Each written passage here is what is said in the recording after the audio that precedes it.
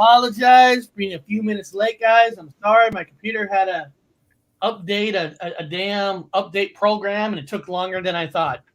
It is what it is. I apologize. And guys, I'm gonna tell you guys something real quick. I had a hell of a morning. I had a hell of a morning. Seemed like today I took my wife to work. She works downtown Seattle.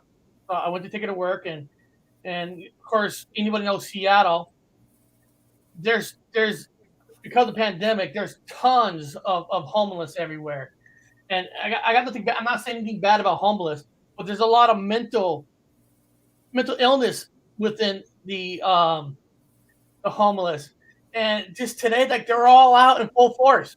I have one guy down the street like throwing stuff and hit my car with a newspaper. It was just a magazine newspaper. And then, and you got to worry about this stuff because where my wife works it's a block away from Tent Central. And when they have mental illness and when they're not being taken care of, they'll go up and punch people. I mean, like, real horror. I mean, it's real horror.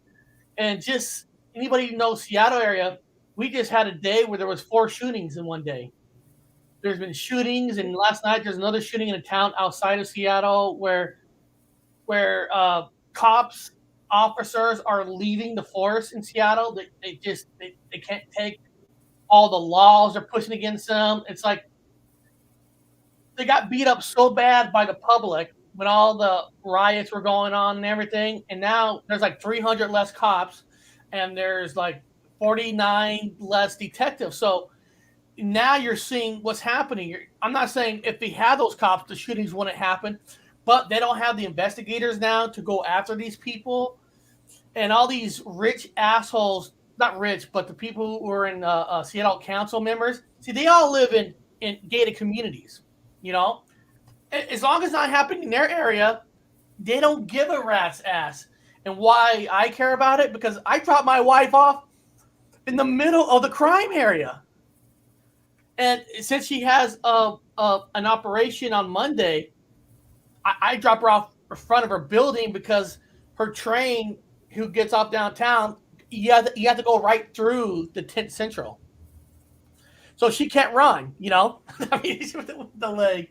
That's crazy. It really sounds like a movie coming to life. Literally, like Brick Mansions or Lost River. People are desperate now. Crime is rising. We don't have a government. We have no hope as a country. Things are so divided, and we have to really dig deep inside if we want to find the light. But, yeah, we have to look after one another because outside, the fever is rising. The madness is coming. And, I do feel bad for police officers, the good police officers right now that are trying. We blame them for everything. We blame the officer for everything. But, listen, every corporation, every groups have a bad apple. Everybody does. Everything does. But now you see what happens when they don't want jobs here. Because why, if you could be a cop anywhere in Washington, why would you be a cop in the main town that wants to cut half of your budget and all that? And then on the way home, my dog, English Bulldog, always has to come with us because she has to get her a puppuccino in Starbucks, right? And this morning, my wife goes, "Oh, don't worry about the harness. She'll run right back into the house when you pull up." I'm like, okay. So I pull up in front of the house. I open the door. I said, okay, I'm not going to put the harness on her. I'm going to open the door and let her run into front of the house. As soon as she gets out of the car, she runs off to the right, goes to neighbors' houses, chase rabbits, ran into a car, and then we have a track and field behind our house. Let's go. She runs to the track and field where they had water sprinklers on, running into the water. And I'm like, God damn it. I mean, everything you're afraid that your dog is going to do, because she's still young. She's like a pup on almost, she's hyper. And when there's freaking rabbits everywhere, she wants to go get a rabbit. But the water sprinklers, and I'm just sitting there like, what a freaking morning. Heck yeah. She just wanted to be a free bird, once again. But yeah, you can't blame her. But yeah, it's awesome. It gets your heart beating and gets everything going. Gets the ball rolling.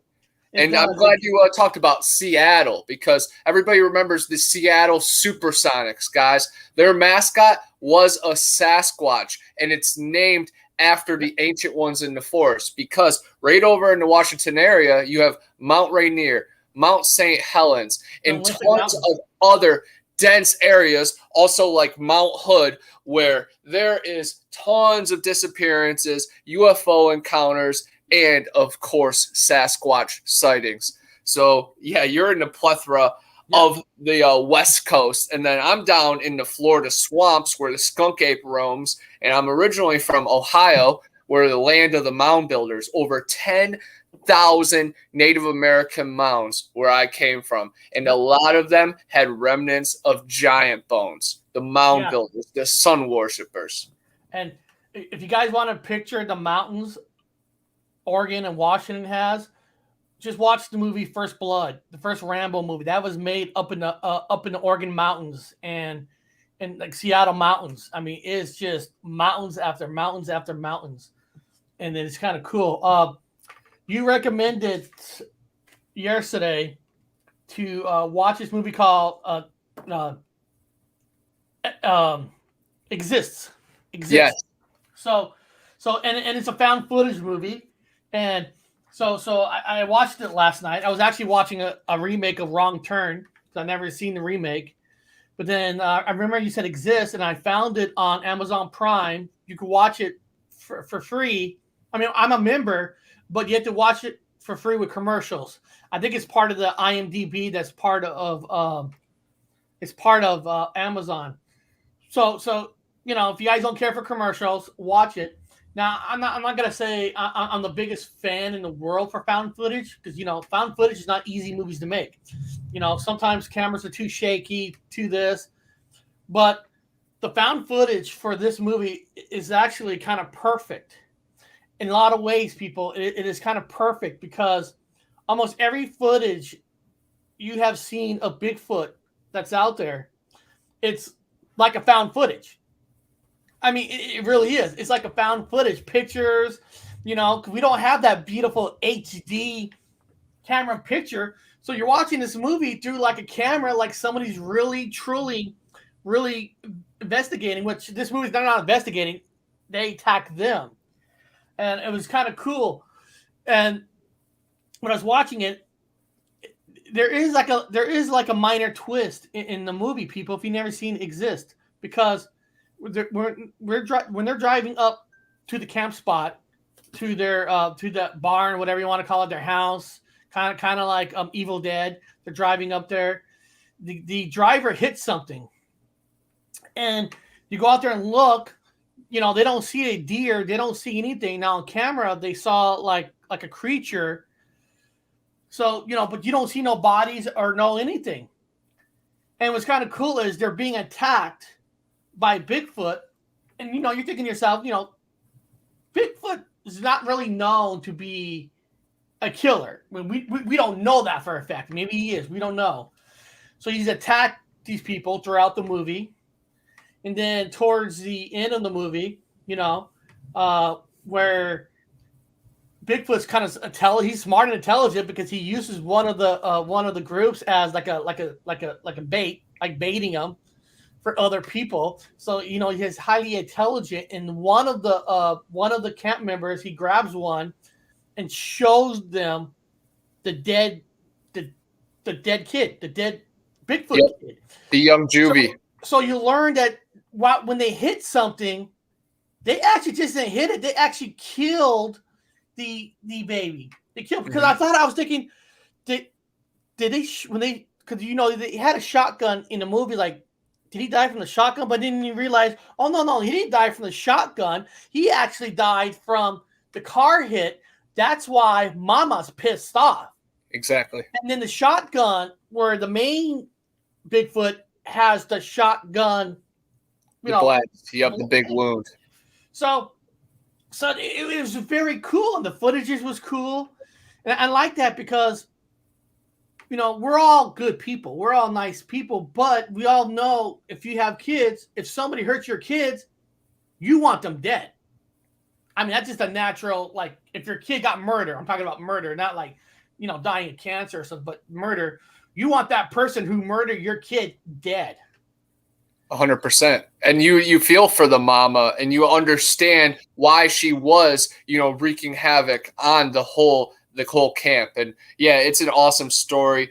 They're road tripping in Texas, across Texas, and they're, the big wood boogers down there. The boogeyman. Everybody's heard of the boogeyman. That is Bigfoot. That is Sasquatch. And it is an incredible movie made by the same makers as the people that made the Blair Witch Project. Chris Hurley, what's up, man? Hey, Connor, did you watch those Bigfoot movies I sent you? And let you know I'm walking so I can still hear you also. Yeah, walking legend, man. He walks across Florida, and he sent me Bigfoot versus Zombies last night. And yes, I did watch it before bed. I saw it when it came out a long time ago. And yeah, it's an awesome, C movie that's on Sci-Fi. It actually has links to the movie that I'm in, Zillafoot. Some of the same actors are in that one. So it's really cool that even I'm connected to movies I'm being recommended to. But I'm really glad you mentioned Wrong Turn, because we all remember the first few Wrong Turns, the first 6. It's all these mutilated backwoods hillbillies that live in the Appalachian Mountains that pretty much kill you if you step off the track. And the first movie was really close to me. I didn't finish the remake yet, so you can't tell me what happens in it. Yeah, I won't. It's an awesome movie, though. A lot of people hated on it. I started watching it to the part where there's a log that rolls down. Right where it's about to be good. Then I remember, dude, it's getting pretty late. And Connor told me exists. I got to start watching that. So, yeah, I'm glad you did it too, because that's fresh on our heads. But Wrong Turn is also on my list, because I know they are men and they're feral people, but they wear the same things that is right in the picture right below Eric's head right there. Like the Wendigo head with the antlers. And we've all seen that, the mask, and even just, a pelvis on top of a stick looks like something primal. So yes, I even consider Wrong Turn, not really the original ones, but this new one, it kind of works for a Bigfoot movie because of the Wendigo factor. Yeah. Because I look at Bigfoot as, Sasquatch, feral people, swamp thing, creature from the Black Lagoon, just pretty much anything with a big foot.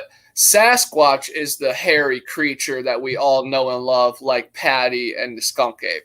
But yes, it's a broad term, and I think there have been many Sasquatch movies that we've grown up with. This is why we do this. Carla wrote, never heard of it. We'll have to give it a watch. Because Carla, I've never heard of Exist until he mentioned it.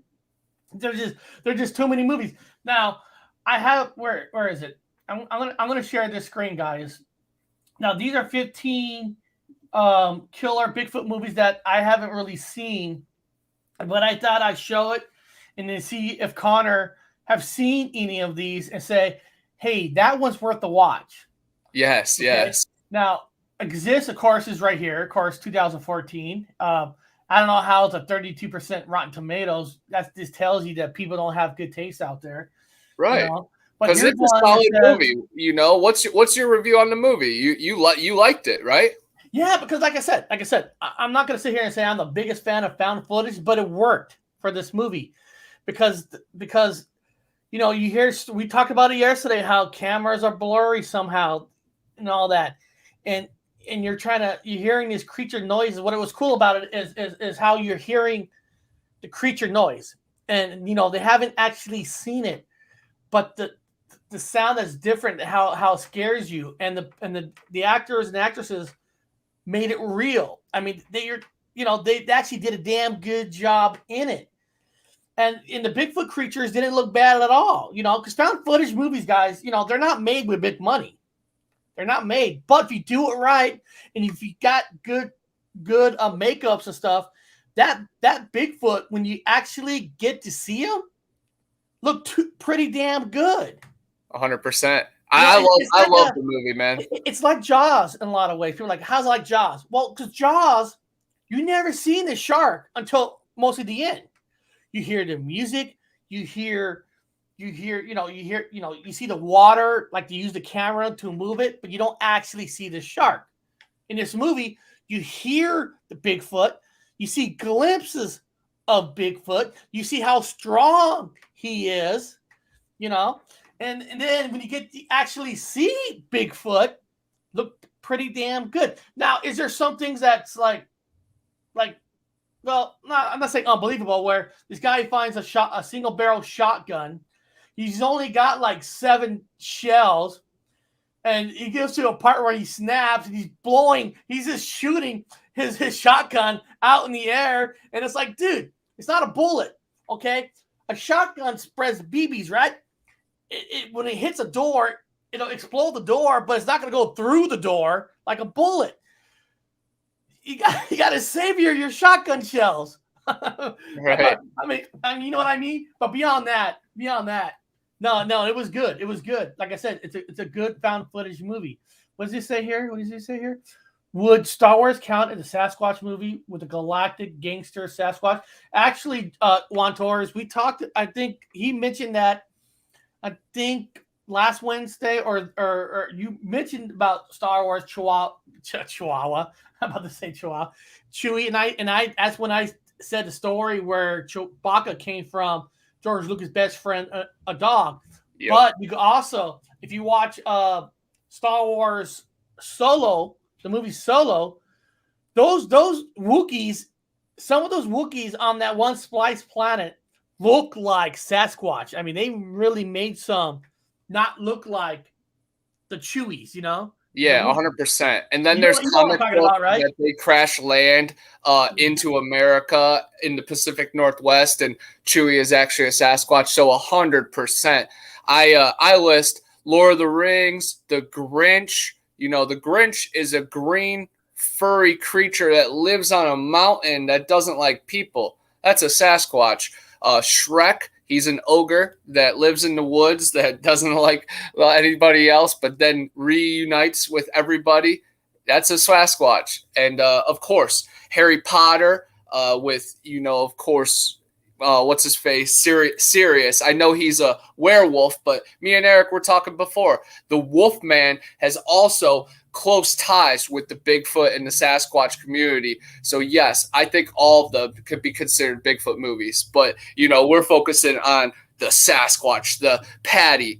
But of course, I got to spread my wings, you know, through the show as well and show people that this Swamp Thing and Creature from the Black Lagoon and even King Kong and Planet of the Apes, all those could be considered Bigfoot movies. I'm trying to show in the Solo movie where they made a lot of these Wookiees look more like Sasquatch. Oh yeah, Chewie looks like a Sasquatch. And I'm always wondering, did they kind of do that on purpose? Definitely. The Ewoks, they represent the Pugwudgies, and then Yoda and Grogu, and even Gollum in Lord of the Rings. They're like the Rake or the Crawlers or the Prowlers. Yeah, so guys, if you watch Solo, when they get on that splice planet, when they rescue the Wookiees, just stare at one of them because they really made them look more like Sasquatch, and I think they did it on purpose, my opinion. But I mean, of course, I can't prove that. But here, let's go here. Willow Creek. I've never seen it, but Willow Creek has a 86% of Rotten Tomatoes, so it seems like the critics liked it, and it's another found footage movie. Yes, it is, and it's a pretty good one. I definitely prefer Exist, but Willow Creek is a different vibe, and the main character is actually the lead guy from Expedition Bigfoot right now, so he is still in the Bigfoot industry, and take that how you want to, because Expedition Bigfoot is led by, you know, a guy from Hollywood, so you gotta look at both sides of the sword. But Willow Creek is awesome. He goes with his girlfriend on a camp to check out where Patterson Gimlin took the famous footage near Bluff Creek in Willow Creek over in California. And it's dense terrain, and it's found footage style, and it's very cool. And the whole thing is missing people, missing women mostly. And then it ends up leading to Sasquatch has been abducting women to mate with them and, you know, create a community in the woods of these hybrid creatures. But yeah, it's a very interesting movie. Pretty slow, not as good anticipation, but right there just shows with the percentages that Willow Creek is so much higher rated than exists. I don't know, man. I want everybody to watch both of them back to back and then get back to me. And Willow Creek is an awesome movie. I love it. It's a great adventure, but I'm looking for Exist. I'm looking for that a little bit more out of it. And it has higher ratings with the critics, and they don't always know everything. Critics don't know shit. Now, this one I've never heard of. Bigfoot versus zombies. Where the fuck did this come from? Yes, that's the one that The Walking Legend actually recommended to me. So good job, Chris. That's number 3 on the list. But yeah, that's a crazy one that you might see on the Sci-Fi Channel at like 4 a.m. It actually has ties to the movie that I'm in called Zillafoot, and a couple of the same actors and a couple of the same crew members. But yeah, it is so bad it's good. But it's got, fun. like, no there's ratings. so many movies like that are on here. What was that? It's got no ratings. Got no ratings. Yeah, maybe it just hasn't got reviewed, but all the ratings would be pretty fun. They'd let everybody know. This is what it says, guys. A science creates a toxic cocktail that is accidentally unleashed into the local population and nearby police body farm, creating a small army of flesh-eating zombies, and only one. I'm guessing. I don't know. Is Bigfoot in this movie? Are they like just normal Bigfoot, or do these Bigfoots become zombies? No, that they're normal, but yes, things do get intertwined towards the end because yes, there is splicing. But yes, it's a very cool movie. Again, I want everybody to make movies themselves and push forward your ideas, because there is movies like this that get made and it's just complete mumbo jumbo. And yeah, follow your dreams, guys. And then this one is a 1979, the capture of Bigfoot. I've never seen it. Yeah, I haven't seen this one either, but I actually just watched a trailer of it because it was very cool that it was made about 50 years ago, a little bit after the craze of Patterson Gimlin. That's when all the buzz had everybody making, the Legend of Boggy Creek, the capture of Bigfoot, and then it inspired like Leonard Nimoy and In Search Of and all the other documentaries that really spun off of it. But I want everybody to check that out. I definitely need to find a link for it somewhere on the web. So if anybody finds it, email it to me, because I definitely love the older stuff too, because that's before anybody could really dip in their talons. Then I guess there's a 2006 movie called Bigfoot, which has no rating also, and it's got a -1,000 on a thumbs down.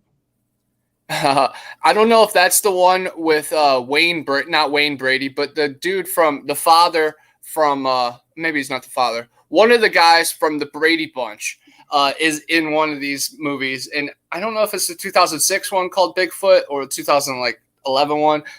There's tons of movies called just Bigfoot, but the one with the Brady Bunch dude is so horrific. Again, you'll find it on 2 a.m. on Channel 59 on the Sci-Fi Channel.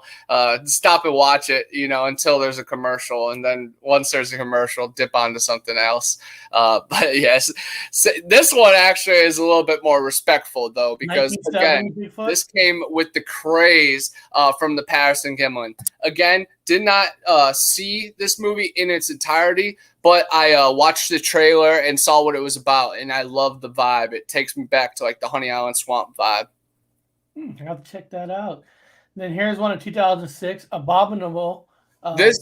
This one is a good one. It's not an incredible film, but it is pretty cool for the Abominable Snowman, and there is a couple decent actors in it. This is high on a lot of lists just because the Abominable Snowman and the Yeti, he doesn't have many good representations in this field.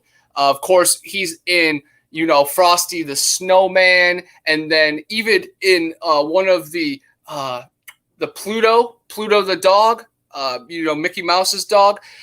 He had an encounter with Bigfoot, but the Abominable Snowman makes an appearance in this one. It's an all right movie. I saw it when I worked in Family Video back in the day.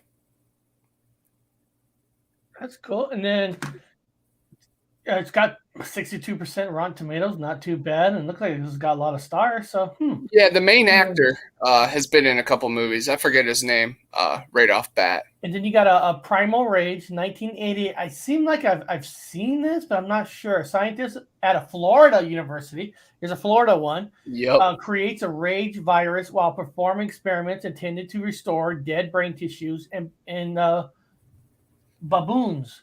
When a journalism for a college paper breaks, and then he breaks off from there. So it looks like he's an experiment and got in a baboon, and I guess the baboon probably became a Bigfoot size, maybe.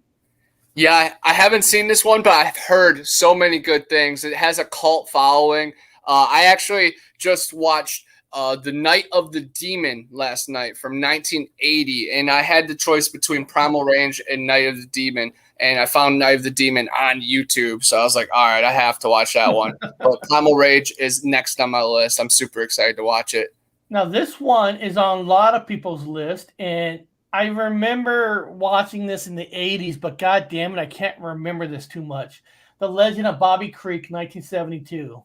Yes, it's about the Fouke monster over in Arkansas, right above Texas. So literally not far from Exist. There have been so many movies over in that area, and they've released a movie recently called Boggy Creek, and then there was the Beast of Boggy Creek Part 2. And what's funny is there was actually a picture that was circulating online about 3 months ago where they're like, oh, this is the greatest picture of Bigfoot ever. It's actually from The Legend of Boggy Creek 2, and it's him dragging a deer through the creek, and it looks incredible. So the suit is incredible. But yes, The Legend of Boggy Creek is an awesome movie. Came out right after Patterson Gimlin footage. You know, some people say it's because of the buzz, but if it's all calculated, it's all calculated. Connect the dots. Question. He's saying, why are my messages not showing up on the screen? I don't know, because I'm seeing your message here. Maybe he thinks that every message shows up, but you have to actually click it. You know, some people think all their messages show up on our screen, but it actually just shows up in the chat. Yeah, because I see your message. I see your message. Abominable Snowman appears in Mongers Inc. I think she's talking about Monsters Inc. Yes, that's Monsters true. Inc. The main character is a Sasquatch kind of a creature. 100%. Sully, man. Good call. And then when he goes into that one door, the guy from Cheers plays that Abominable, where didn't he pee and make some pea ice cream? I honestly don't know. I'm terrified of that movie because I watch it as a documentary. That is exactly what the elites are doing, and they make a joke out of it. I like the first one. The second one, same way here. Who knew there are so many Bigfoot horror movies? And that's the thing. And that's the thing, Carlo, that I'm always so curious about, because, you know, Bigfoot could be as huge as, up to 8 feet or bigger or smaller. You know, he's as much of a creature you think of like a Godzilla. I mean, King Kong is almost a Sasquatch Bigfoot in a lot of different ways.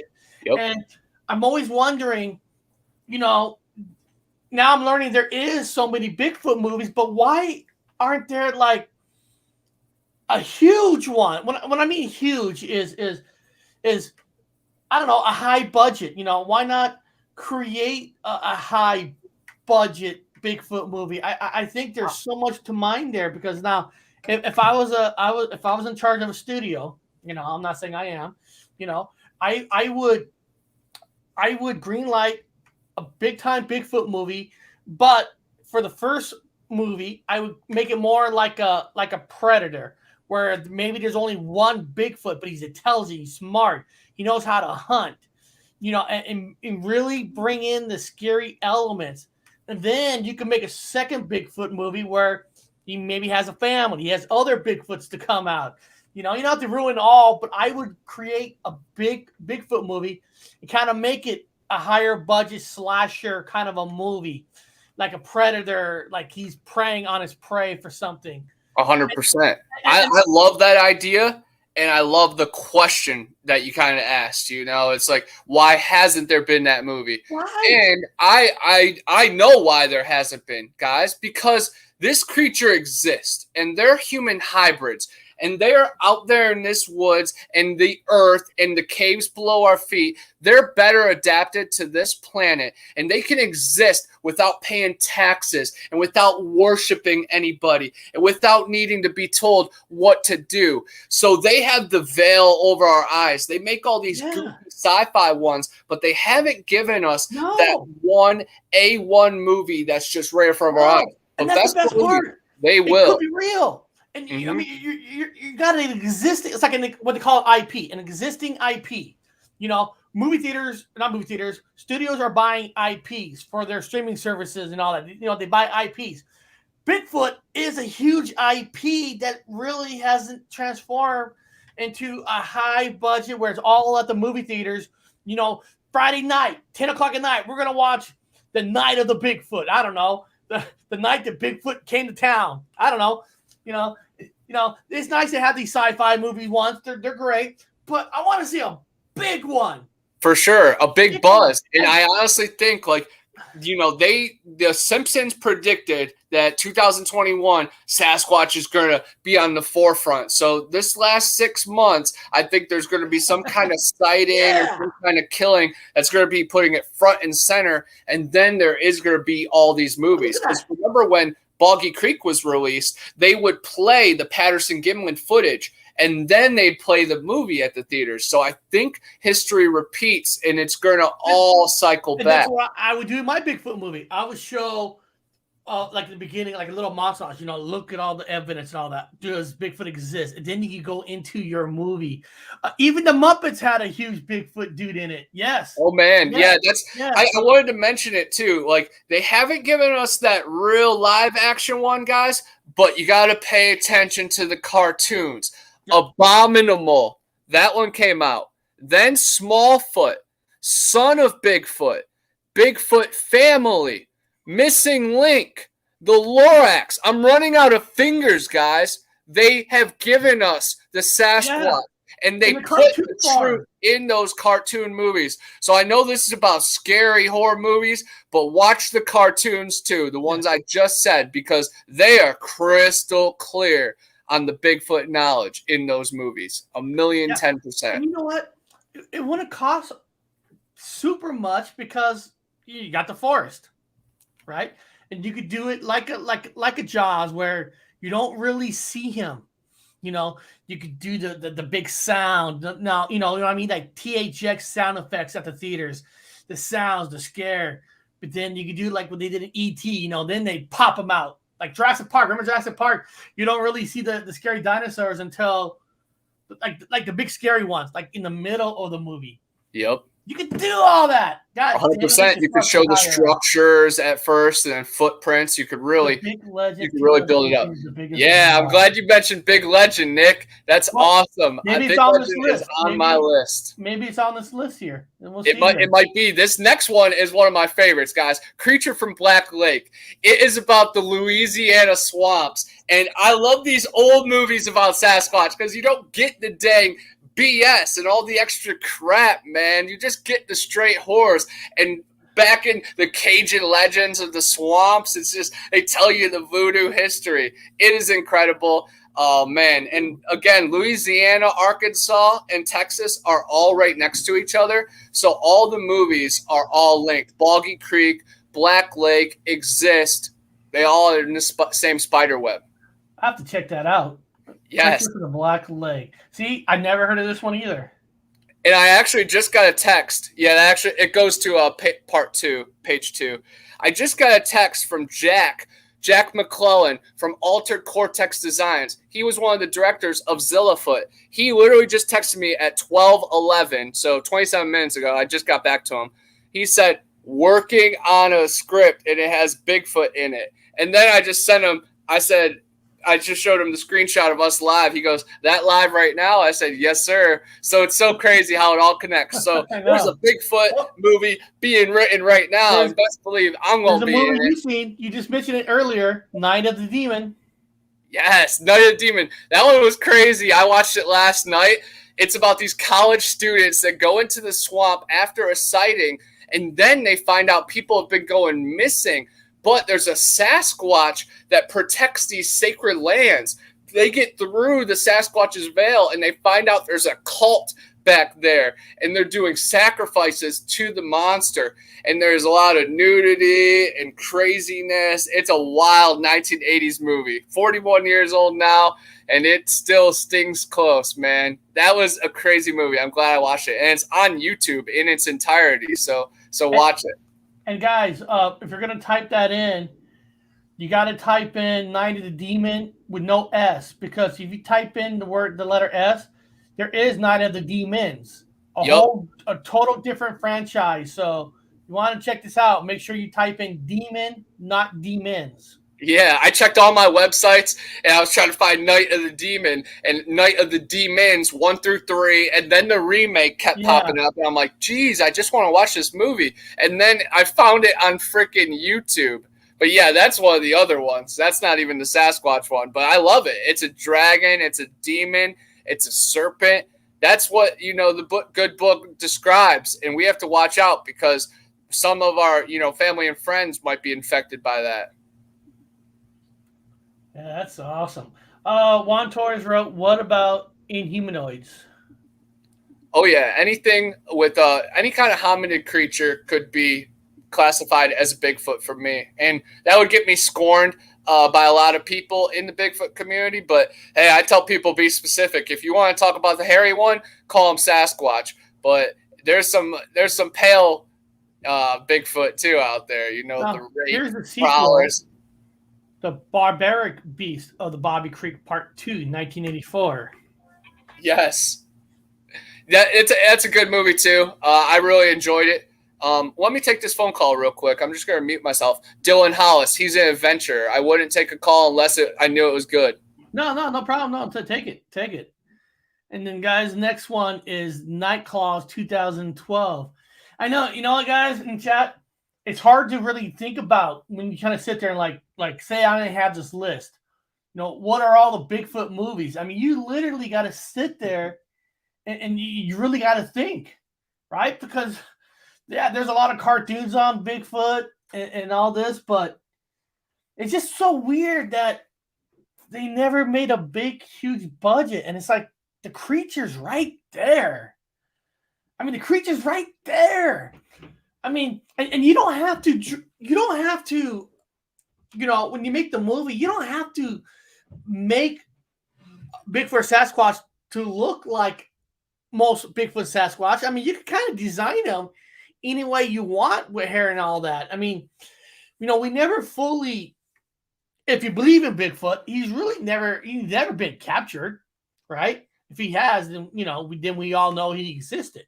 So in a lot of different ways, you could design them any way you want. Like I remember somebody saying that, if you think about Jurassic Park, all the dinosaurs, all the colorings of the dinosaurs is what people are guessing what the color of the dinosaurs are. But really, in theory, we really don't know what the colors of the dinosaurs are. All we know, all the dinosaurs are pink, purple. We really don't know. So you can really design Bigfoot any way you kind of want. Want to make him look scarier.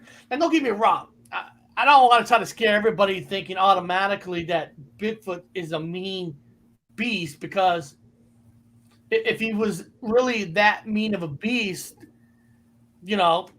probably would have been captured, because it'd be a lot of murders, right? So, I never really heard reasons of towns or people had to go in the woods and try to hunt down Bigfoot. Actually, in the state of Washington, it's manslaughter if you actually shoot or killed Bigfoot.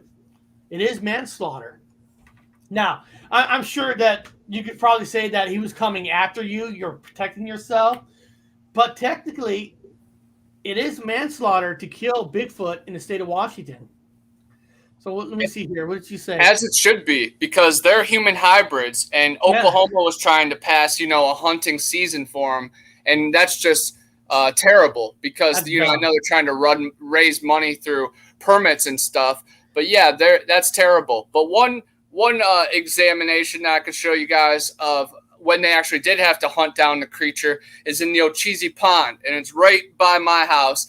And they captured one in the 1800s after it was harassing women and children in the swamp village, and they actually captured it and they took it to the Florida Capitol. The governor sent it to the Chattahoochee Hospital, and it was kept there for 3 years. So when people say, "Oh, we need a body or we need DNA," the DNA has already been gathered. I've seen hair, I've seen spit, I've seen it all, guys. Yeah. But they have their bodies as well. Everybody look it up. The Ochese Pond Wild Man.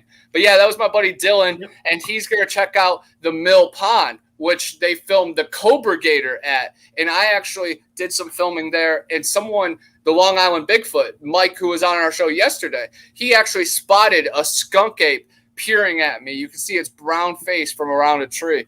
So I wish Dylan good luck, and I'm sending him a picture of this boat ramp that he can park for free, and he snorkels the whole thing. I kayak it and, get in the water when I need to, but he doesn't. He just swims it all. And so more power to him, man. That's awesome. Here's some good comment. Take a look at Hollywood today. Does it seem like they are capable of creating anything new and interesting? I mean, yeah, they do. They got people, and because remember, not every director and producers are, they're not born and raised in Hollywood. Directors and producers are all around the world. You just got to find the right one that has passion. That's the thing. Find a person that has passion for the project, not just come out like, somebody hears me wearing a suit saying that Gypsy Road guy's got a good idea, and they just hire anybody to create the idea. No, you got to find the person who wants to do it. And I'm sure they are. They're there. They're there. And there's a lot of makers that's ready to make these kind of movies. You just got to give them a shot. There's gatekeepers in Hollywood. The minds and the ideas are there, but they don't allow these movies to be made. So yeah, you have to independently fund them. We talked to the director of Hoodman, and he was lucky enough to raise $30,000 for his movie. Yeah. Not everybody's that lucky. Most everybody's working with a penny budget, bringing in clothes from Goodwill, like I did for Zillafoot. But yeah, the gatekeepers in Hollywood, man, they're putting out all these clone movies. That's what they're pushing now. The Marvel producer guy, Foggy, when he final director to do his Guardians of the Galaxy, at the time, James Gunn was a nobody. He made Sliver, which I love Sliver. He made some lower budget horror movies. But he said something that was interesting. A good storyteller is a good storyteller. Some just don't get the higher budget. So there are great storytellers that could do a good one. You just got to give them a chance to do it. Hey, guys, if you guys like the Infinity War Avengers, the Russell brothers, you know where they came from? They didn't have no big movies like the Avengers. They came from The Office on TV. The storytellers are there. You just got to tap into them and get them on your project. They're there. I'm gonna say they're there now. Nick wrote, sci-fi Yeti looks like a damn monkey from Temple Run. Oh yeah, I mean not all television or shows will get the Sasquatch, Bigfoot right, But the thing is, guys, you gotta understand too. When they create a Bigfoot, Sasquatch, it's not like they're doing a test run and telling everybody, "Hey, what you like? Do you like this?" They're taking a chance, and sometimes they win, sometimes they don't. I don't know if you guys know this. I know a lot of you do, but have you guys seen the Sonic movie, the Sonic the Hedgehog movie, which is actually surprisingly good? I was shocked how good I enjoyed the Sonic movie. But when the Sonic movie first came out with the trailer, everybody hated the look of the Sonic, and they actually went back and redesigned Sonic to make him look like from the video game because they were making him look stupid. So they have done that, but that's usually on higher budget movies and all that. Now here's Carla says, Bigfoot and the Hendersons. Harry the Bigfoot wasn't mean and was quite timid, just clumsy. Yeah, Harry and the Hendersons. That was that was a cute, fun movie. I mean, that wasn't you know they took a Bigfoot and made him a more human like, which is fine. You know. Yep. Yeah, I loved Harry and the Hendersons, especially that last scene when he goes into the forest and then the forest just starts moving and you realize that there's so many of them out there. Yeah. But yeah, that gave the human touch to it and it made it just like a realistic, you could touch it. Of course, they do have supernatural abilities. So do humans. But yes, they are just clumsy, big old fools. But it was a good movie and it made it fun. And there are fun movies out there too. Strange Wilderness with Steve Zahn, hilarious. And then Sasquatch Gang, hilarious. Both of you guys gotta watch those, man. Both the movies, you guys gotta watch those. Are they a human hybrid or are we a Bigfoot hybrid? Who knows? Yeah, that's a good take. Are we an adaptation of them, or did we come first and they're an adaptation of us? Yeah. I don't know. There's many different adaptations on that. The Sumerian tablets and the Anunnaki, they say that the Sasquatch were the first ones here and they were just really powerful. And then the aliens and the gods needed someone a little wiser to do these little extra tasks. So they spliced their DNA with the Bigfoot DNA or the true Earthling DNA and created us. So there's some interesting ties to it. But yes, all the DNA that comes back always comes back human hybrid because there is a human, DNA sequence in them, and they have the angel DNA. It could cure cancer. The government will never allow the truth to be out, so they can skew the information that you're going to get, and it does happen, people. All these laws got to tell you they exist for those who are skeptical. Yeah. 100%. I mean, everything is in line just to keep everybody going how they're supposed to. And, look outside, guys. They're not looking out for our best interests. Like, especially with this new, guidelines and guidance, we have to stand up and start taking responsibility back. I live for myself, So no one's going to tell me what's real, what's not, because they told us UFOs were not real forever. And now 2 years ago, they finally want to come out and say they're real. So I'm not playing that game. I'm not behind the curve ever.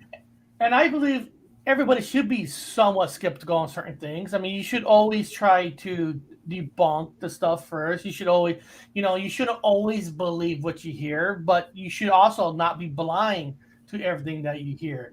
There is truth almost in everything. You just got to look for it. 100%. Like I said, don't believe everything you do read on the internet and all that kind of stuff. I made a video on how everybody thought this Star Wars video was real. This is proof of the Mandela effect. Then you found out it was fake. They added sound from an Avenger movie. So what I mean, and 10 million people watched it. So that told me that over, not all 10 million, a high percentage believe this stuff that they're seeing is real. You just gotta be smart about it. And governments, they're not going to tell you the whole truth. They'll tell you itsy bitsy, just enough to get you going, and then they're not. But let's not give our government too much credit either. They're not like the most genius people on this freaking planet either. These people are just as dumb as people living on the streets. So let's never get these. I look at them as the same people that are throwing newspaper at your car. Yes, exactly. I believe in elves and fairies, but I don't believe in no ball or no freaking experiments and none of this woo-ha going outside, man. We have to live life normal. I'm only 28 years old, but my first 27, I lived just walking forward, and everybody else is, cuddling and hiding in corners nowadays. Like, we have to get outside, guys. Hey, Nick, that's a fair thought, and that's your opinion. That's cool. No Bigfoots are human hybrids. Everybody has their rights to their opinion. That's fine. Nature's most involved serial killer. Well, I mean, yeah, he's nature's most involved, but there's never been evidence that a Bigfoot's a serial killer. I mean, if that's what you're meaning, I don't know if that's what you're meaning. I mean, maybe they are responsible for a lot of the missing 411s. I mean, we They don't know for definitely a might fact, be. but that's Port not Chatham. assumed. They're creatures of, they're out to hurt people, because if they were, there'd probably be a lot more people missing than they are now. Right. I think just like anything, there's good ones and there's bad ones. They're They're bad not ones. just like made out of evil. Like if you cross their path the wrong way or you attempt to harm their young ones, they're going to rip you apart. Over in Port Chatham, they had to abandon that whole town because so many people were going missing from those creatures. So, yeah, they do kill, but not all of them, because you'd see it every day. And these monsters, they warn you, they growl. So no killer is going to warn you. They'll just kill you silently. So you got to take them as beings. I never heard of these channels. Two channels, Dust and Amaletto, show some really good short films by independent writers, producers. Need to hire one of them. I never heard of those channels. I might have to check those channels out. Now, Leave, are you in America, or are you in another country? Because sometimes channels in different countries might have different names. So I'm writing it down. So I have to check that out. Yeah, Harry Henderson hides the truth from Bigfoot. Well, I mean, come on, guys, it's a movie. I mean, the government has Bigfoot bodies, and every other damn good cryptid also deal with reptiles and aliens. That's part of the rumors too. Conspiracy that they do have them. They are. Listen, our good friends Manimal Research that was on the show. They have video footage. We watched it on my channel where they went camping to research Bigfoot, and an army vehicle pulled up in front of them, and they stayed camping that night too, watching them and making sure they have to leave. So, why were they there? Why are they watching them? And Manimal Research, if you watch, these are good, normal guys, but were they close to something? And how do they know they were close to something? So, it makes you think, right? It makes you think. I'm actually going camping with Manimal Research up in Tennessee. That's why I'm wearing my Tennessee Titans shirt, because, of course, man, Toby the Titan up there. Everybody knows that the Smoky Mountains, these creatures exist. That's why the NFL team's named after them. But yeah, September 4th, I'm going camping with Manimal Research up in Tennessee, and we're going on a Sasquatch hunt. So I'm looking forward to it, man. Looking forward to it. I don't know who Nathan is. Nathan would agree with me that Bigfoot kills people. Okay, I don't know who Nathan is. But yeah, they're from our Sasquatch group on Instagram. Yes, okay. Yes. And listen, I'm not saying they don't. I just don't know. I mean, first of all, we got to prove that they exist in the first place. And then once you prove they do exist, and then you can say, okay, now we know they exist, which I believe they exist, but I have not seen one up close personally yet. But I know they exist. But, once I know they do exist, then that's probably the next question. Are they friendly? Or do they just want to be left alone? Because maybe the ones that did kill people, maybe like that movie exists, maybe we hurt one of their kids. Yeah, there's always a reason for it. And yes, there is Sasquatch that harm people. And there's feral people in the woods that kidnap people, just like Wrong Turn and just like the Wendigo movies. And then there's people that go lost in the desert that turn into the Wendigo or skinwalkers, and they get cursed. And there's Rougarou in the Honey Island Swamp. So yes, these creatures do exist, and they take people. And all the werewolf movies are true, and Predator and Lord of the Rings. It's all based in reality. So yeah, we have to open up our minds to that kind of stuff. Everybody research Cullen Finnerty, Jared Adidero, Dennis Martin, Henry McCabe, Albert Osmond. All them, they met their fate with Sasquatch, sadly. Well, let's look at this list still. Night Claws, 2012. Never heard of it. I've heard of it, but I have not seen it. I've heard, that it's a subpar movie, bad sci-fi one, but an interesting take on Sasquatch. Just the title alone, claws. A lot of them say they have man hands, but again, these creatures, some of them do have claws, so that opens the spectrum to Wolfman and Goatman. And does the Yeti have claws too? The Rage of the Yeti, 2011. Yeah. You know, when you start looking at these lists, like, man, there are more Bigfoot movies than we ever thought that there was. Rage of the Yeti. And then here's one, The Werewolf and the Yeti. I The like that Night one. of the I gotta watch Howling that Beast. crossover. Yeah, that's his 1975. Never heard of it. Waldemar, the renowned adventurer, joins an expedition to find the Yeti in the Himalayas. While hiking the mountains, he's captured by two cannibalistic demon hippies guarding remote Buddhist temple. Okay, sounds It sounds interesting. cool. It does, right? Yeah, that's a pretty cool premises. It kind of sparked a memory for me too. The Mummy Part 3, the one with Brendan Fraser and Jackie Chan. They get help from the Abominable Snowman Yetis down the hill, and they actually communicate with them. And over in Asia, they know these creatures exist. In Russia, one was captured called Zana, Zana. Everybody look her up. The ape lady, and she actually had children with some of these men. The first two children she dipped in the river because I guess that's what the Sasquatch do, and they actually died because the human part of it just couldn't handle the freezing temperatures. But the third baby, they didn't let it go in the river, and it actually grew up to be a man. And there's pictures of him. They have his skull because he passed away. But yeah, it's truly crazy. And it's a simple search, Zana, and you can kind of see pictures of her too. This is kind of interesting. Number one, I just saw on this page, this Screen Rat. They ranked the 10 biggest movies. Of course, Primal Rage, we already talked about that one. Willow Creek, we already saw that. The Legend Bobby Creek. There's Exist, number 7. Strange Wilderness. Yes, I have the copy of Strange Wilderness right here. As you guys can see in the picture right there, it is star-studded. It says Justin Long from Jeepers Creepers. It has Jonah Hill from Superbad, Kevin Heffernan from Broken Lizard, Super Troopers and all that.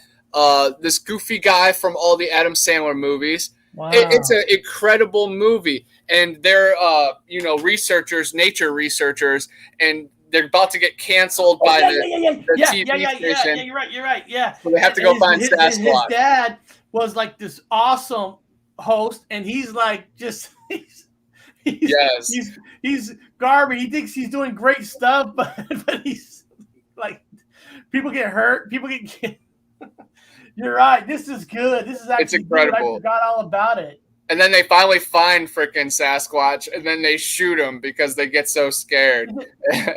I think it's on Amazon. Is it Amazon or Netflix? It's on one of those.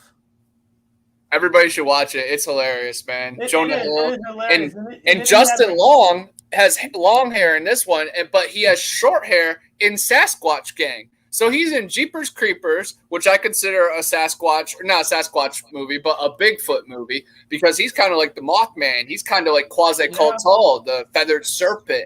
And, then you get into reptilians and frogmen, and then the goat man, who could fly with hooves. But yeah, Justin Long's in a couple Bigfoot movies. Yeah. Very cool. But yeah, you guys will like it. You guys will like it because he has like one shot left to get ratings because he's being beaten by like a bird show or something. Yeah.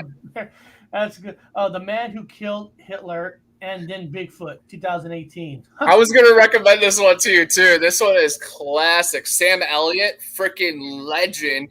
And you just follow this guy the whole time, and he actually killed Hitler, and then he has to kill Bigfoot because there's a virus and a pandemic in the world, and somehow he's the host. Sasquatch is the host, so he has to kill Bigfoot to save the world. It's a wild one. He's a hell of an actor. He's a good actor. I got to see that. Harry Henderson, we talked about, which is a nice, friendly movie.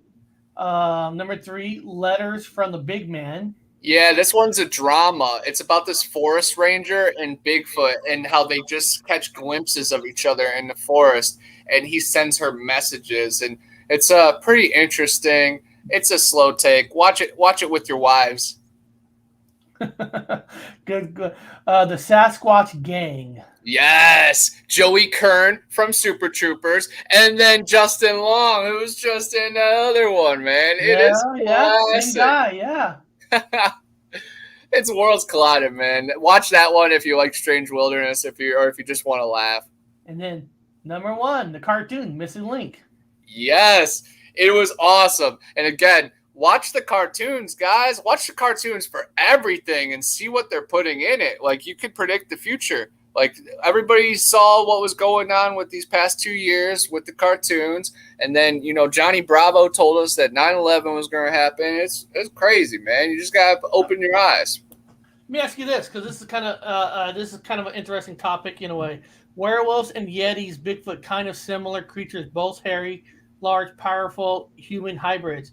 There's people who believe that the werewolves exist. What if the werewolves are technically Bigfoot? Yes, I definitely think they are all connected. I have the Wolfman right here. This is the remake with Anthony Hopkins and Benicio del Toro, but we remember the original ones, and then all the spin-offs, the Creature from the Black Lagoon right next to the Wolfman. It all connects. Yes, guys, there is tons of these humanoid hominid creatures that are out there. We really have to open up our eyes. The Swamp Thing, Creature from the Black Lagoon, they all exist somewhere out there. There's some kind of root to reality. The human mind can't make things up. Mermaids, Sasquatch. Yes, big legend. My buddy Tyler has a nice poster of this. I think I gave the DVD to my mom. Not super rated high, but a good story. And then look at that artwork and look at the creature. It's the artwork's nice. It's a good movie. I recommend it. If we had more time, I would have had you watch that one too. Yeah, I'm about to check that out. I mean, the drawing looks good. I'm surprised it was on no list at all. Yeah, it didn't crack the list. I don't know. The writer must not have seen the movie. I guess there are it's many that simple. taboos all over the world against whistling. When you're in the woods, it attracts bad spirits. Yes, it does.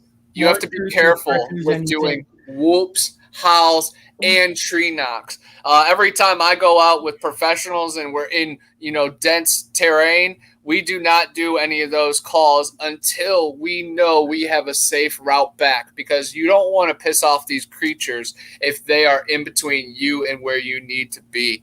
I've had times that I kind of mocked them, and then I had a really bad stomach ache. I jumped across. It actually happened along the Pascagoula River. I've mentioned it on many shows before, but as I jumped across, I actually sharded, and the rest of the ride was really uncomfortable, and I blame it on infrasound because I was perfectly fine moments before that. And Aleve K, you're absolutely right. I've heard hunters hearing strange whistling sounds in the woods that were not made by birds or animals. You're right. We talked about some of this yesterday. Like I mentioned, me and my brother, we grew up with a family hunters in California. We go to the Yosemite National Mountains. We hunt all the time, and there's always certain sounds that are not the normal sounds that you hear.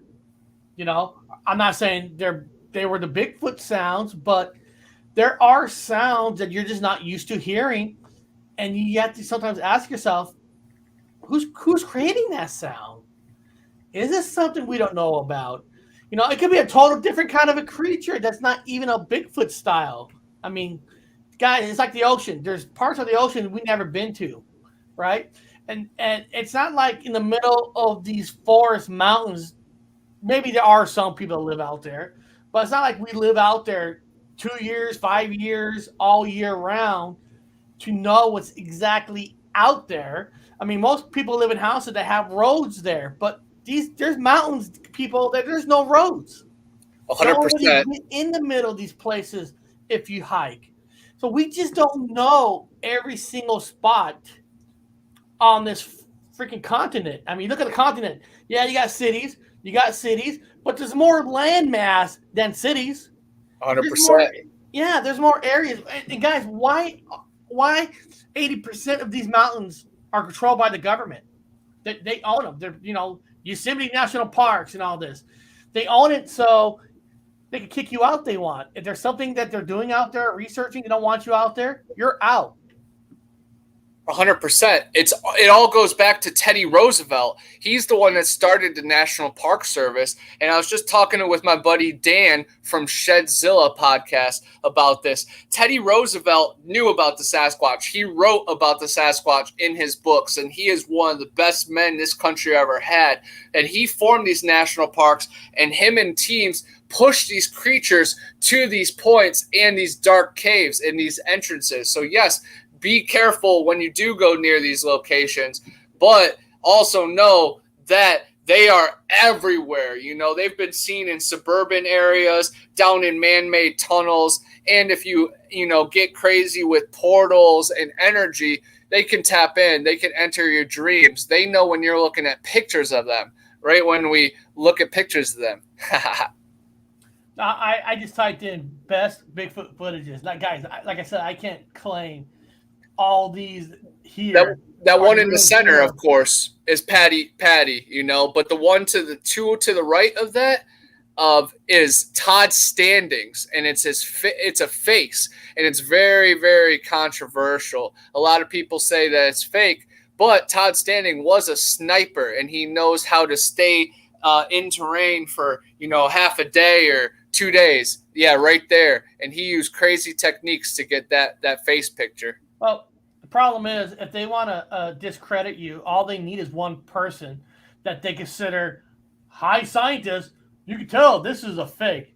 I mean, it's easy to do, try to debunk everything out there. But you got to ask yourself, if they're bringing out their big guns to debunk something, are those big guns on their payroll? Are they using them on purpose? So don't always assume, people. What you can do is find out like where that footage was shot, what area, what part of the mountains, and then if you live in those areas, if you live close to it, go out and do your own research. Kind of like go camping, go, see if you can see something. That's why I do these shows, right? Where I get to hear different people around the world. Where, hey, there's been a lot of Bigfoot spots up here, like there's a lot in my area.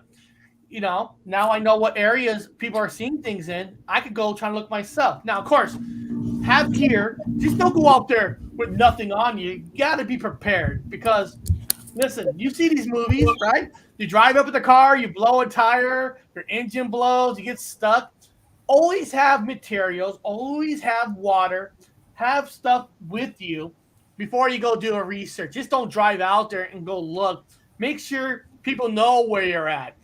You got to be smart. You got to be safe because a lot of these movies, it's kind of true, right? If you go in the mountains, these things, these phones, it might not work.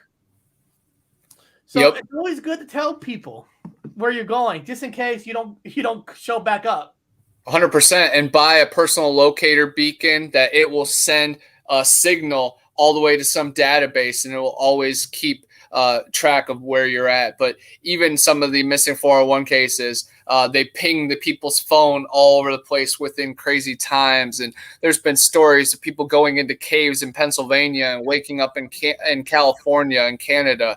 So things happen out there in the forest that are totally unexplainable. So yeah, be safe and pack extra water, check the weather, tell everybody where you're going. And listen to your heart. Don't listen to the whistling sounds in the forest or the raven mockers. Just kind of read about a woman who was terrorized by a wolf man or Sasquatch, Bigfoot. You don't really know. Dog man, who knows? It stood outside her window and physically insisted she left in. You know what, guys? After Exist was over, I went to the kitchen to make myself some food, and sometimes on Amazon, it'll automatically play some other movie that's on there. And it actually put on a Bigfoot documentary. And it was kind of cool in a lot of ways because there is this Bigfoot documentary was actually talking about some of these sightings of Bigfoot. There were also sightings in the area of a UFO ship in all this. But one guy goes, well, you should never mix two unexplained together. And I don't agree with that. I think you should be open to everything. Am I saying that Bigfoot has to be related to UFOs? Not at all. But if you at least open your minds to any possibilities, what if it is technically related? And because you're so headstrong saying that, nope, I'm not going to have two unexplained into one unexplained. Listen, I was watching a little bit of this documentary. I'm not saying everything in this documentary was true, but it was kind of interesting that they go to these towns. There was a Bigfoot there was a Bigfoot sighting, and this guy grabbed a newspaper, and in the newspaper, somebody, 2-3 people saw these weird lights in the sky around that area. They kind of put the two together, and then they found another story similar. 2 different stories they didn't know it was almost like in a 5-mile radius. Yeah. You just don't know, and never close your mind off to everything because we just don't know. 100%. And Sasquatch is definitely connected to strange lights, strange orbs that can appear in the forest. I know there's been different cases like a father and son were down and out in the forest, and then the son was left behind because the dad saw a light. He thought it was a headlight. Kid returned back. The kid was missing. But then there's also ones like the Dyatlov Pass incident where 9 hikers ended up going missing and then found dead later. And they saw strange lights in the sky that could have been UFOs or maybe explosions or something. And I also wanted to mention that because there's a movie called Devil's Pass that is about that incident, about these 9 hikers that went missing in the Ural Mountains over in Russia. And it is a crazy, real story. And the movie kind of takes like a government creature, but I look at it as a Sasquatch or a wild man. I agree, Carla. Life must be extremely boring for those who don't believe in all possibilities, right? And I know it's weird, right? It is weird. Now, everybody knows I'm not a very religious person, but what if you are a very religious person? That means you should be believing in miracles, right? Believe in miracles. I'm not saying you have to believe in magic, but turning water into wine in the Bible, splitting the rivers in 2. And then if you go into the Bible, there's supposed to be a Bigfoot sightings in there. Yep. Drawings, ancient pyramids had pictures of creatures, ships, and all that. So we're just not talking about locally. I mean, this has been around the world. And why can you believe in God, believe in the Bible, but you can't believe in these creatures? Which some of the stories in these stories, they're there. Yep. You know what I mean? I mean, it's the spell people are under. People are so brainwashed that they don't know what to believe. Literally, the Edomites are in the Bible and they're covered in hair, and then they hunt venison and prefer to sleep outside. I'm Christian, and I completely believe in crypto. Yeah, if you're Christian, that means you know there's things you can't explain, but Jesus Christ was carried himself by St. Christopher across a freezing river. And either St. Christopher was a giant, a titan, or a dog man. If you look at St. Christopher, there's some adaptations that have him with a snout, with a dog face. And then I wanted to mention Troll Hunter too, because I know you saw Troll Hunter. I look at that as a Bigfoot movie. Look at those creatures and look in the mountains over in Scandinavia and, overseas. They don't have that big bubble over their heads like here in America and over in London. We're in the New World Order. We have to break free. Exactly. And then what about, these right here, people? What about from Native Americans, skinwalkers and stuff? People that are supposed to have the ability to transform. Yep, shapeshifters. Are they all lying? I mean, is everybody lying in this world? Nope. I think the government and the establishment is lying. I think the community and the people and the tribes are telling the truth because that's what the natural history says. That's what the tablets and that's what the carvings all lead to. And yeah, the Wendigo, the skinwalkers, the crawlers, everybody's seen The Descent, those creatures in that movie, vampires, werewolves, it all exists. You live right where they filmed Twilight and where it exists. Vampires versus werewolves right in your backyard, and that's not by no mistake. And all these other werewolf movies, the American Werewolf in London, W-E-R, I definitely highly recommend that to everybody. Even Werewolves Within, the dark comedy that just came out, it's pretty funny. No, it's funny about what you said about like Twilight, because it was the house they use is actually a house. I think it's owned by the Nike CEO. The house is actually up in Oregon, but the movie is supposed to be in Forks, Washington. And what that movie did for that town, people, it's so unbelievable because Forks is a dead end town that you would never even think twice to go there. But because of that movie, it's a tourist town now. Heck yeah. I mean, people go there just because of Twilight. And if anybody doesn't know Forks, I mean, it's just a shithole little village kind of a town. But because of that movie, holy shit. And that just shows like some cryptids too, like Point Pleasant. They have a parade because of the Mothman, and then Mayaca down in Florida, they have the skunk ape headquarters. And there's a lot of places that take on the identity of these creatures, and it gives people jobs. So I hate when people hate on it and try to dismiss it.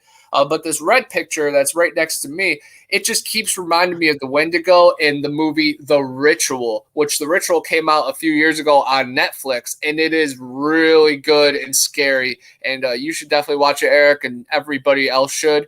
It's an incredible cast. It's about a group of friends that they go out to the woods because they just had a tragedy happen, and they're trying to kind of like cleanse themselves, and then bad things happen. They get off trail, and this creature starts hunting them, and it's The Ritual. Look what he says. A unit of special forces in Afghanistan found a 13-foot, number 13-foot humanoid which pierced one of the soldiers with a spear. Yes, the Kandahar giant. I actually wanted to ask Long Island Bigfoot yesterday because he's been to that area, if he heard about anything with the Kandahar giant.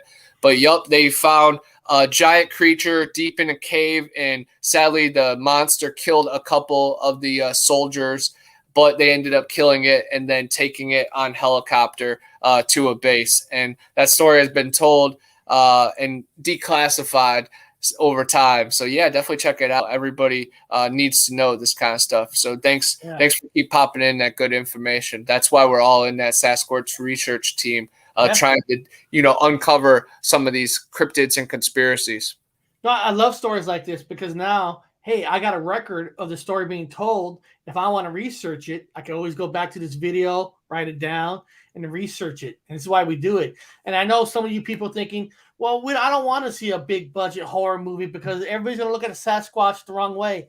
The thing is, yeah, you could think that there'd be a few people, but sometimes to get a creature on a big screen sometimes might get more people involved into looking for a Sasquatch. Like, oh my God, that was scary. I wonder if these Sasquatch are real. Are they really out there? And sometimes whatever it takes to get people involved. And then when you get more people involved, right, guys, if you say we got somehow you got 30% of more people involved just because of a movie. Sometimes we might be forcing the hands of the government to say, okay, there is some things to it. Kind of like now lately, guys, the UFO thing.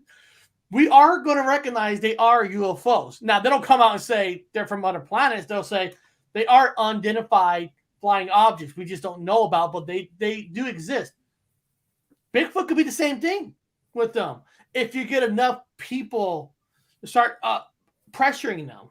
100%. And I think that time is coming because there is undeniable evidence. If anybody follows my channel, I've showed hair, footprints. I've taken pictures of these creatures. I've recorded their howls. And there is a whole army of people just like me, especially down here in Florida. Tim T, Central Florida Bigfoot, Lone Wolf, Marie Dumont, even Mogollon Monster joined our adventure. A lot of good people are gathering information towards this truth. Yep. And read this. All myths and legends have the origins in truth. It had to start somewhere. If none were true, why have the tales been told over time and again for centuries? It's like anything. You always want to search for the source. Where did the source come from? It's no different than hearing a news article. Where did this news article come from? You follow the source, follow the legend. We talked about Jeepers Creepers, where that actually came from a folklore story of a legend. I'm not saying it's a true story, but some of these stories, they're just not made up. It had some ties to a real story too. So it gathers folklore and real stories and combines them into the movies.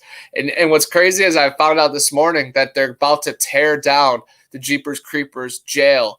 the one I just visited, made a video at. They just voted on it like the past few days to tear it down. So I'm really glad that I got to visit it. And I encourage anybody that wants to see it, go visit the Reddick High School, GPS, the Reddick Public Library, if you want to visit it and document it before they demolish the place. Please, everybody. I hate that. It's, they all want to, hey guys, let me show you this. This is really cool. Because I mentioned the word Jeepers Creepers. Look at this, guys. Our friend here made a video about Jeepers Creepers. Yeah, I actually went to the diner. And there was a pretty scary gang of guys out there, and I walked up first. I'm like, hey, guys, can you guess why I'm here? And they're like, Jeepers Creepers. And it's pretty cool. There's a guy named the Creeper who he walks around dressed up, and he still drives around the truck. Yeah, the beating you license plate. Pretty cool. But he actually commented on the video, so he saw this. And we visited the jail and then the diner back to back, and it was super cool. Gave them a pre-rolled, and then they told me some Bigfoot stories in the area. They're actually working on a Jeepers Creepers motorcycle, so I'm super excited. Oh, wow. It's gonna be really cool. A Jeepers Creepers motorcycle. I love shit like that. And November 6th, they're doing an event with the Creeper. They're going to have the beating you truck that was used in the movie. It's going to be super freaking cool, and I'm so excited. But, yeah, everybody check that place out, too. It was abandoned for, like, 8 years, so I was expecting just to go in, and I was kind of, like, going to break in and, film. But then the place was bumping and rolling. Yeah, this is my old house, and I actually talk about my neighbor across the street who we called him the shapeshifter. Because he was all drugged out after his wife passed away, and he would dress up as her and push around a stroller with a baby in it. Is this the Baltimore area, like the Maryland, or is this just a Baltimore state name where you're at? It's Biltmore, but the real Biltmore. Oh, Biltmore. I'm dumb. Yeah, I'm sorry. The real Biltmore is in Asheville, North Carolina, and it's like a really famous mansion. But this is the Biltmore neighborhood in Biltmore Street, and we always called it the Biltmore. So I named the video "The Real Biltmore," kind of playing on that and having a lot of fun. And this is the jail one you're right here. Yes. And this was a bucket list. And I went with Tristan and Cameron from Hidden Relief. I even had the DVD with me. We definitely planned on going inside, but all the doors were bolted shut. And we had a place to be and a calendar to keep. So we didn't really push the envelope too hard. But we wanted to come back next time and get in. Even you could climb into the next floor, the second floor, and get in. There's definitely a way. But now that they're demolishing the place, my time is limited. But I am going past there in September. I'm going to be alone, but I'll wear a helmet cam and maybe do it. But it's really cool. You could hear the crows crowing real loud and yelling at us. And it really took me back to the Jeepers Creepers vibe. And the fourth movie is coming out soon. This fall, it's supposed to come out. And Victor Salva, the terrible director, is not going to be part of it. So, it's a cleanse. And every 23 years, it's something new. So it's super cool. I'm really excited about that. And it's the Bigfoot cryptid world for sure. That's awesome. I'll show you guys a picture of something that I feel was cool for me. You guys might not think so. Okay, this is Shazam there was a TV series in the 80s, 70s called Shazam, right? And where this young boy, when he goes Shazam, he goes to this older guy. And one year we went hunting in the mountains. Up in the mountains, there was this RV. I was young. Bob was. We were both teenagers in our years, and the Shazam actor, he's a hunter himself, and he was in the RV, and he called us. He called all of us to come over to his RV, and the actor gave us an autograph. I know you guys think Black and White. We watched this show, and it was nothing cooler to get an autograph from Shazam himself, the actor. It's those little things in life that means everything, So when I saw your enjoyment going to Jeepers Creepers, it kind of reminds me when I got an autograph from Shazam. Oh, for sure. I'm a huge autograph collector, so I know the thrill of it, man. I've went to great lengths. I used to wait out, in the parking lot of baseball games. I've done through the mail autographs. I've went to autograph signings, national sports card conventions. Heck yeah, I love autographs, and I love autographing books for people. And it's awesome. I just did a video the other day. I went to the mansion in the Zombie Earth book in Long Island Bigfoot. He's like, how do you find all these places? And what's funny is on my way, I actually called the author, Stephen O'Pryor. I was like, yo, is this house green or what? And he's like, no, it's blue and white. And I was like, oh, I found it. So sometimes you got to go directly to the source. And I love autographs because just say you have a baseball card that's worth like $3. Then you get it autographed, it's worth $20. Wow, you can just multiply something like that, and the fact that it's just a trademark and you met them and it's like a fingerprint, it's proof. It's cool, it's connection. So yeah, it's awesome. But of course there's the dark side to autographs, and it's some wild stuff. But I'm a memorabilia collector. A lot of that has spiritual energy with it. Now Hobbs want Jeepers Creepers 4 to be better than 3. If I'm right, is it the same people who created the first one that's coming back for the 4th? I'm not sure. I haven't heard that. I know the director who made the first movie. He has nothing to do with it. Maybe some of the actors, but no, the third one was just a horrible movie.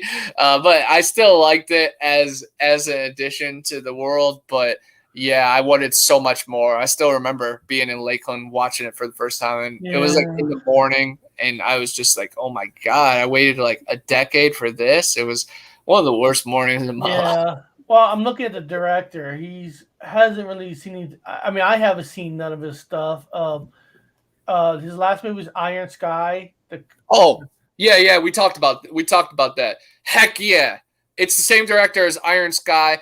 It's the Middle Earth movie. It's where the Nazis lived on the dark side of the moon, and it's super crazy. I'm super excited. I forgot for a second. There's a lot of directors in my head, of course. I'm trying to direct my own movies, Sometimes the ones you never really heard of are the best ones for certain projects. Yeah. Those movies are awesome. I recommend them to everybody because the first one's just about Nazis on the moon. Then the second one is like apocalypse. So then like a Sarah Palin type president goes into Middle Earth, and then Adolf Hitler's riding Tyrannosaurus Rexes, and there's other cryptid creatures. So yeah, everybody's going to watch that. So it's crazy. Hey, Sam Raimi bought his Spider-Man 2 is probably one of the best Spider-Man movies ever made. And then his Spider-Man 3 is probably the worst Spider-Man movie ever made by the same director. So guys, sometimes you just don't know what you're going to get until you get it. Maybe, this guy could come in and say, oh my God, if I could take Jeepers Creepers 4 and change it to something where people forget about the third, you can write your own ticket. It's going to be cool too, because it's like a horror festival, and then the creepers going to come and just intrude it. So it's about to be wild. But before we get too late into this, I know we got the last half hour. What up, Mr. Lee 3PO? That is so awesome to see you. Swamp! Yeah, man, he comes over from the Mogollon Monster Show, Sawdust Beast. He is a big member of the cryptid community. He's always in chat, and the fact that he has leaked over here shows that we're stamped now. We got the swamp stamp. So what up, Mr. Lee? Good to see you. And right here, man, I'm about to do my little fire round. We always have our controlled, experiment. You know what I got to do? I got to create you a fire round intro. Okay. Yeah, like a sound that gets us into it. Kind of like your WTF news that you do on the Gypsy Road show. Yeah, and then, I used to play some alien stories from Grandpa's team, and I made...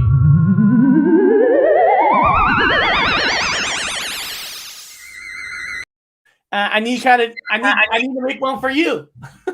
I like that. I would appreciate that. That would mean a lot to me. I would love that, because I love doing the research, because I try to start with the ones that I've seen and I recommend, and then I just get into the ones that I hope one day, 13 years from now, they'll look at it and they'll be like, oh, corpse of Bigfoot. Let me check it out. But I'll first start with my recommendations.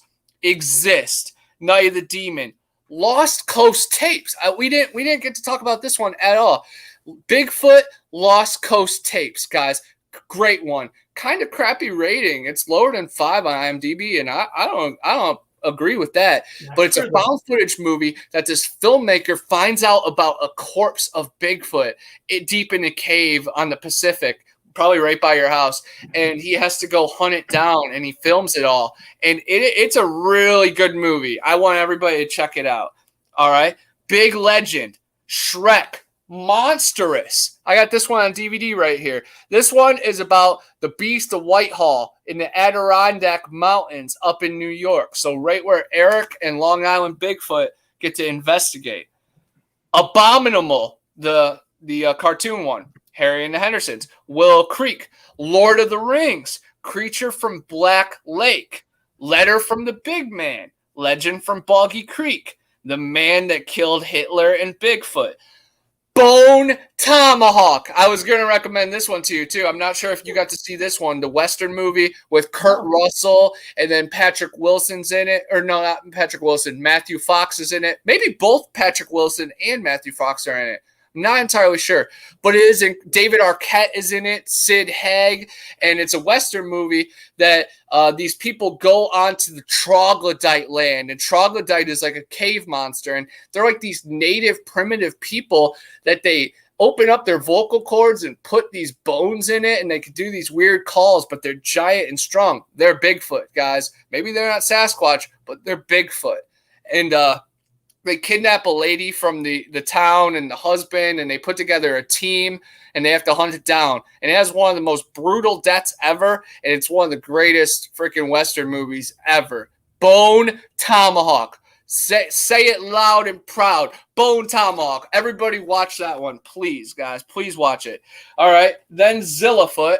That gonky movie that I'm in. And if Jack McCullen's listening, I know he always shrieks at that one. Standing Goats Rescue.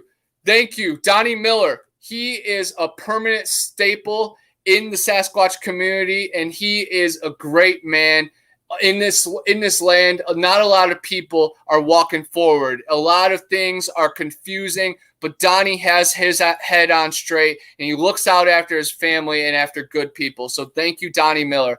Everybody check him out, Bigfoot Odyssey. He has had a lot of strange encounters with these creatures, and he has talked about a few of them. I am going on an expedition on some of his properties here soon, and we're also going to go hiking at Torreya State Park. We're going to have to get him on air. We're going to have to get him on air one day. Oh, 100%. I think that's why he commented. I sent him the StreamYard and asked him if he wanted to pop on for our last half an hour, just because he has tons of great knowledge and information. And he's part Native American, and he has had firsthand face-to-face encounters that are well documented right in this area. So he is a pioneer, and he is a good man. And he actually rescues goats and has a farm, and he has some incredible videos of a goat gives birth on camera, has like 100,000 views. So he is known around many farms across this world, but his cryptid knowledge and frogman knowledge and cat people knowledge is incredible. But yes, thank you, Donnie. And, I appreciate you and you looking after me, and you are a mentor. And I definitely want to step my game up when I'm around you and representing us and everything. But yes, man, Panhandle Pioneers, Panhandle Pirates. What's the buried buildings? The mud flood. Everybody knows about the mud flood, but research Tartaria, guys. Underneath some of our most prestigious cities lie cities. There was an eruption, a flood that came from the skies. The heavens declare the glory of God, and the firmament showeth his handiwork. When they were trying to build the Tower of Babel and trying to leave this world, God rained down. But also there have been other floods that have went over some of the greatest historical, knowledge and archaeological discoveries ever. But yeah, research Tartaria, mud flood, mud fossils. Earth's biosphere is 10% of what it used to be, guys. Jack and the Beanstalk, there are lands in the skies. There are titans, leviathans, trolls, everything that I've ever said exists somewhere, because my brain can't create new things. No one's can. It can just pick up from what exists already. What movies are a good tap, a good bridge to try to portray some of the strange stuff. But let me get back to my crazy list, because it's a long one. Missing link, Smallfoot, The Grinch. The Grinch is a Bigfoot movie, guys. I want everybody to join that army this Christmas. The Grinch, Bigfoot movie. Son of Bigfoot, Strange Wilderness, Sasquatch Gang. ABC's of Death. It has a short Sasquatch bit. Wild Man of the Navidad, Abominable, Devil's Pass, Cabin in the Woods. There's Bigfoot and werewolf and a type of crawler creature. The Wendigo, The Monster by A24. That's a good one. That it's a mother and daughter just on a road trip, and their car runs into some trouble, and this creature is approaching them, but it's attacking their worst fears. So guys, Sasquatch goes after your deep insecurities as well. So keep your mind safe. Mr. Lee, yes, Troll Hunter. We are all troll hunters at heart, but I love Troll Hunter. We were talking about it earlier, and Eric loves Troll Hunter too. Willow Creek, he's dropping some bombs, guys. Everybody chat with Mr. Lee in the chat. Hatchet. It's about Victor Crowley, this humanoid creature that lives in the Honey Island Swamp. And I've been to the Honey Island Swamp. It's only about 4 hours from my house, right outside New Orleans, guys. And there is good footage that actually came out before Patterson Gimlin from the Honey Island Swamp. Suggest everybody checks this out. Creature from the Black Lagoon, filmed right here in Wakulla. I need to take the class bottom boat ASAP. Swamp Thing. Dark Was the Night. That's a good one. It's been on Netflix and Amazon. More about the Wendigo, but you know me. Rougarou, a Goofy movie. That was the one I was talking about. Pluto the dog has had the encounter with Bigfoot. They're fishing, and Bigfoot eats into it, and then they reel it in, and then it's Bigfoot. It's classic. The Wolfman, American Werewolf in London. And then, okay, guys, this one is, I haven't seen many of these. I've seen like a couple of them, but these are just wild recommendations just for the history. Monster, that is a good movie. If you're talking about the one with Charlize Theron that they're hunting down because she's a prostitute that's been abused and she kills all these guys that that's a true story. That's a good one. I don't like Charlize Theron though. I think she sold her soul. She's doing bad things, but she's a great actress.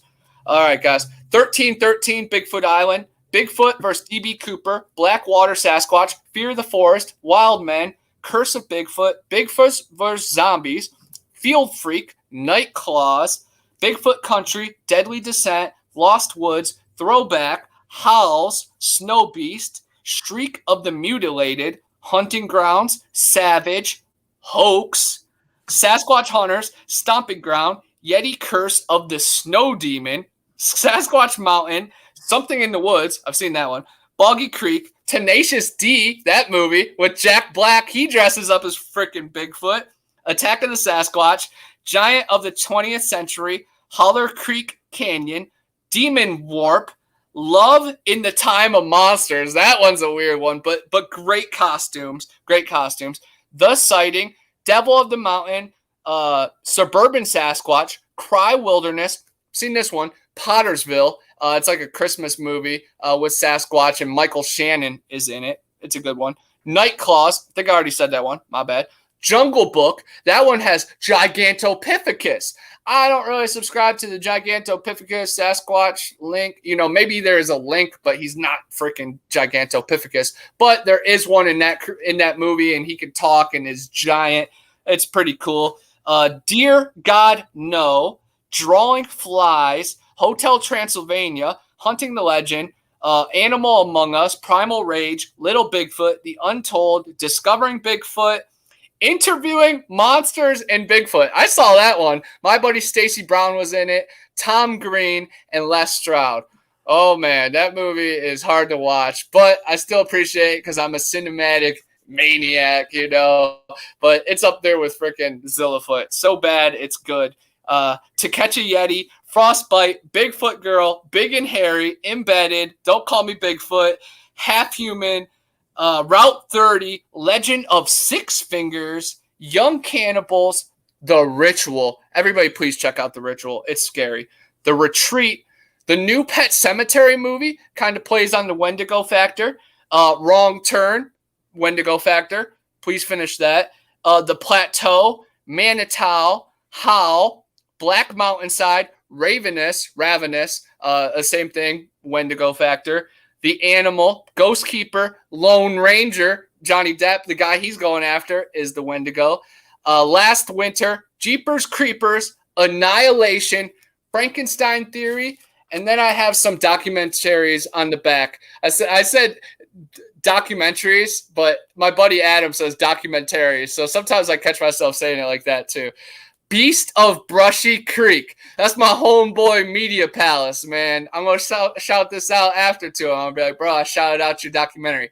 That is on YouTube. I actually submitted some clips for his next documentary. I hope he can use some of them, just so, you know, Bigfoot Anonymous and the legend lives on. You missed one. Yes, the wildling. Yes, I should have wrote that one down. I remember when you mentioned it on a show in the past, and then Eric could not find it. He kept like searching wildlings or something. But yes, the wildling. It's about a daughter that she has some kind of weird thing that's just calling out to her from the forest. And yes, she is a wild one. She's the natural one. It's not a hairy Sasquatch, but definitely a Bigfoot type movie. Yes, thank you for typing that in. I love that. I love when I get upped, you know, because I try to push it as much as I can and spread that circle. And when people can tell me I forgot one, then heck yeah, I appreciate it. And I thought about it. I remember. And then a couple last documentaries. Missing 401. I want everybody to watch those. Skunk Ape Lives. That's free on YouTube. Stacy Brown. And it's all about Florida. And he has great footage. And his father passed away, and he recorded the greatest thermal civilian footage ever recorded. And it's in there, and it takes place at Torreya State Park, where I daily investigate. Small Town Monsters, Seth Breedlove. He's from the 330, same place as me. And I went to one of his film premieres and took pictures with him. And I remember like 6 years, or probably like 8 years ago, when it came out, Minerva Monster. It's a documentary, and my name's in it because I donated to it. But I remember asking live at the conference and be like, hey, what do you think Bigfoot having 1 foot in this dimension and 1 foot in the next dimension? And I thought that was onto something, and it is onto something. But that I just like opened the door, you know. I didn't even walk through. In Search of Bigfoot, Track. Search for Australia's Bigfoot. That's a good one. That's on Prime. That's about the Yowie. That's actually pretty scary. Bigfoot Alien Connection. That's the one you were talking about earlier. That's a good documentary. You know, they should have reached out to me. I could have told them. And then if anybody's on YouTube, definitely check out Standing Goats Rescue, Mogollon Monster, Central Florida Bigfoot, Sawdust Beast, How to Hunt, Cryptids Canada, Dixie Cryptids, Buckeye Bigfoot. And check out Bigfoot Anon, because I have photographed these creatures. I've been near them. I've had them knock down trees by me. I've recorded their howls. I've found their footprints. I've talked to a lot of people and investigated with them who have had sightings at those locations. So I'm doing the most with what I got. You know, I work at a comic book store, and I write books for Amazon. I'm just trying to get the word and the truth out there. This is my buddy's book, though. What's the Bigfoot connection with the Lone Ranger one? He calls the villain the Wendigo. I don't think he actually has any attributes, like he's not a cannibal or anything, but he refers to them as the Wendigo the whole time. And that's the Johnny Depp one, the Disney one, right? I'm pretty sure it's that one, but I know the original one does. Yeah, okay. Yeah. I thought the Johnny Depp one was horrible, so I don't remember that movie at all. I actually like the 1980s version, Lone Ranger, better. Definitely. Where a lot of people didn't even like that one. I thought it was cool. You know, Shrek. That's right. Shrek had one. That's right. Well, Shrek is a Bigfoot. He's an ogre. I look at him like he is a Bigfoot himself. He has a Bigfoot. He's smelly. Hidden. He stinks. Hidden. I've seen that on my research. I don't know if I've ever watched that movie. I may have. Hidden 2015 movie. Let's see. I mean, is it a Bigfoot style, or is it If it shows like a footage, like if it's like a camera, then I have seen it. Movies start to blend together. Everybody follow me on Letterboxd. I mean, Hidden Fear I Will Find think You. I have seen this, but it's just not. Is it about they like hide their kid from them? Let's see here. I think they hide the kid because the Here kid. we go. It's a. Or it's a 2015 American psychological thriller film directed by the Duff brothers. The unknown strange outbreak has devastated the area of the United States. A family of three, and their daughter Zoe has taken refuge in an abandoned fallout shelter shortly after the catastrophe to hide from the monsters outside. Huh. Yeah, I think the twist is I hate to spoil it, which I'm not doing it justice, but I think the twist is they're the monsters the whole time, or the daughter had some kind of beast. I got to rewatch it now that we got it recommended again. I've never heard of it. Is the main character Fanning? There's your Ted Lasso. Stars Alexander Skarsgård, Andrea he's awesome. Rosborough, Emily Lynn, whatever.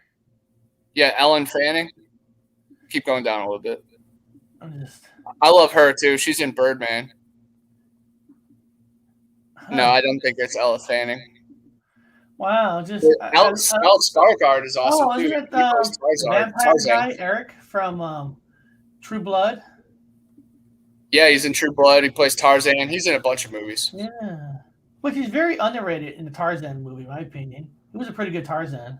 Yeah, I love when he calls in the crocodiles. Okay. Mowgli, Tarzan, and Jungle Book all came out at the same time, and I look at all of them as Bigfoot movies. Like, look at Tarzan. He's a Bigfoot. He lives in the woods and has a Bigfoot and is strong. Let me see here. Nobody likes that movie. Laugh out loud. About a family who hide underground from the breathers. Subscribe. See you, peeps. Heck yeah. Yes, that is the twist. Yeah, I saw it back in the day then. Because I saw it right when I saw that artwork, I was like, oh yeah, I remember this one. There's a good one that's called Freaks. That it's really good. It's kind of like an X-Men movie. It's like an indie X-Men. It's about this girl that has superpowers, and her family has to hide her from the world. And Emil Hirsch is in it, and it's on Netflix. And I definitely recommend everybody see that. It's like a high 6s on the IMDb. And when you see an indie thriller like that, you have to click that movie ASAP. So definitely watch it. I've seen it too. Yeah, right. It's on Netflix. It's incredible. Yeah, I remember. Yeah, okay. There's going to be 2 more Small Town Monsters documentaries that come out this year. I think one is called The Howl of the Rougarou. Not sure what the other ones are, but I donated and bought DVDs, so my name is going to be in the credits. So, it's stupid, but I'm excited for that. And I'm more happy just about the knowledge. Your name's on there. Oh, yeah. Cool. I want to have my own projects, though, and that's my whole goal. Like, these past few years, like, I always used to tell my friends, like, oh, yeah, I did this with this person. Like, oh, I made a song with Dizzy Wright. I made a song with Reed Dallas. Like, now, in the past few years, I'm still not crap, but I'm that person. I'm doing the stuff with me, like, I'm that. So sometimes you don't have to reach as far as people want to, and your friends and your family are the ones that should be your idols. Hell yeah, 100%. 100%. So, man, I learned a lot today. There's more Bigfoot movies than I ever thought there were. It's just weird, like I said. There's not, like, one big, huge, gigantic one that, try. I mean, I get it. They tried one and didn't make no money or something, but I'd like to see them try. I mean, yeah, I think this is the best we've gotten so far. The big, goofy secret of Hidden Pines. Oh my God, this is horrible. This is the stuff we getting, y'all. Look at that. Oh my gosh. But yeah, here's a couple more that I'll just show. The Wolfman, awesome movie. monstrous. Showed it earlier. Predator, guys. That's the original Bigfoot movie. That's how I know they see us. Lord of the Rings. Another War of the Rings. I showed most of these earlier. I just wanted everybody to see them again. I'm a big prop guy. And then Zillafoot, of course. And while I'm out showing things, everybody check out Big Brother Bigfoot. It's about the bridge from us to the creator and everything in between. Feral swamp people, people that live in the Appalachian Mountains from Wrong Turn, and then the skunk ape, Cheesy Pond Wild Man, the two-egg stump jumper, and the Mogollon monster. It's awesome, guys. This one documents my journey from Lake Erie down to the Florida swamps. The Garden of Eden Trail is the last chapter. 27 of the 28 trees in the Bible are at that park. Noah used gopher wood to build the ark, the lightest and strongest wood in the world, also known as terrea. That type of terrea only grows in this area in the world. And the good book describes a delta that breaks into 4 rivers, just like this area. So there's something to it. I think there's many adaptations of Eden all around the world. Of course, Atlantis, the lost temples under the Great Lakes, the people that live under the Grand Canyon. There used to be kings and queens in America. I don't give a dang about no president or Congress lady or Speaker of the House. Man, these people bleed the same way as us. We don't have to listen to them for nothing. Believe in yourself, the sun, and the food you eat, and be thankful. Thank things. No, I was just looking at this. I don't know if you guys knew this. Maybe you guys did. I didn't know they were making another Predator movie. Apparently, yes, the new Predator movie. It's called Skull. Yes, it's almost done. And what I'm reading here is, the producer of the upcoming Predator prequel. So it's a prequel, now officially titled Skull, gave an interview revealing a number of things that, most importantly to the film, is almost filmed. I didn't know they were making a prequel. Yeah, it's going to talk about them leaving their land and first coming to ours. So it's about to be the coolest thing ever, man. I'm so excited. And we're going to see more ties to how they actually exist in this reality, man. And even the newest movie showed the ancient technology that is brought forward to the new armies now. We're, of course, using extraterrestrial army. And I say extraterrestrial is extra terra. Terra means land, not from light years away, guys, just from beyond the ice wall. There's thousands of continents. This world is so much more than they say. Oh, man. Donnie, how's it going? Hey, brother, I made it. It took me a little while. We just got home. We had errands to run today, and Kim had some x-rays to get taken care of. I was hoping I'd catch you before it was too late. So good to see you. Yes, thank you for showing up, man. And with my loud mouth, and I got tons of information, so it was perfect time, guys. This is my friend Donnie Miller, and he is a staple in the Sasquatch community, and he is a good person when times are bad in this world, and that means the most. Donnie, if you just want to give a short little introduction to who you are and who your movement represents. Yeah, absolutely. Me and my wife run a rescue. We are not nonprofit. We make nothing off of it whatsoever, but we rescue goats from whatever situation they're in that they need us to intervene, and we try our best at saving them. Whatever's wrong with them, we work with them to teach them to work with the disabled. We get a lot of people, PTSD, a lot of soldiers that come and visit with them, and we'll bring the goats to certain places if they have any events, especially for the cerebral palsy children and multiple sclerosis. And they love the goats. The goats really are attached to those people. It's like they sense it. But that's what we do full time. With the Sasquatch issue, it started with an encounter that I had in 2011. I've had a few encounters before that, and I didn't have a clue what they were. In 2011, I had a very close encounter with what is known as a typical Sasquatch, and it ruined my life. It took several years before I'd even venture back into the woods, and through the help of Wes Germer from Sasquatch Chronicles and Lynn Smith from Bigfoot Case Files, I was finally able to get my life back on track and get back in the woods and face what has filled me with fear for so many years. And I still don't go out at night. Been out there a few times after dark, but it's to recover a deer or something that we've harvested. I don't like being there at dark.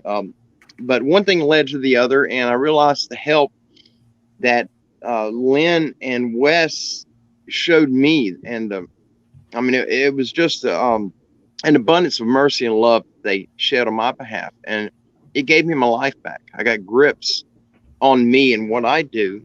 And one thing, one day at a time, I was able to get back to normal. And I realized how much that it helped me.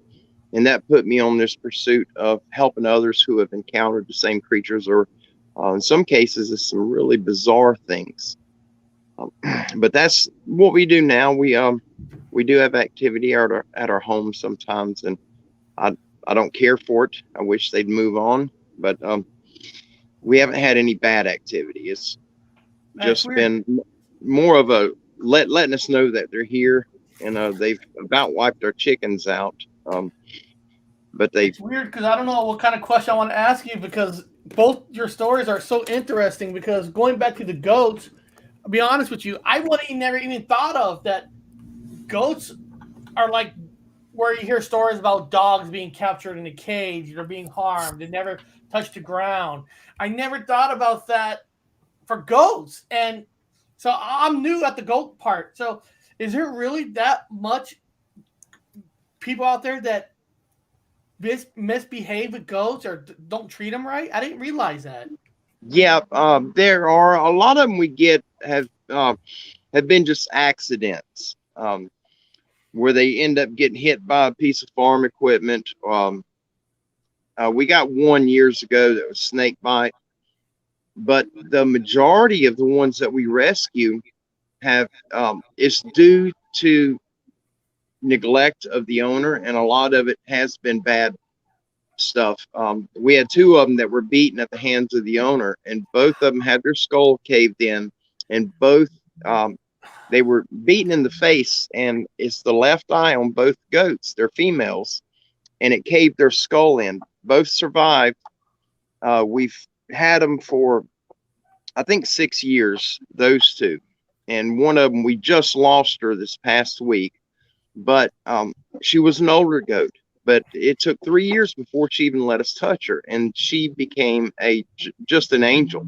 Loved everybody, very affectionate. The other one, she's still here with us, and to this day, she will not allow us to touch her. She'll eat out of our hand. She'll come when we call her, but she does not trust people because it was a person that hurt her.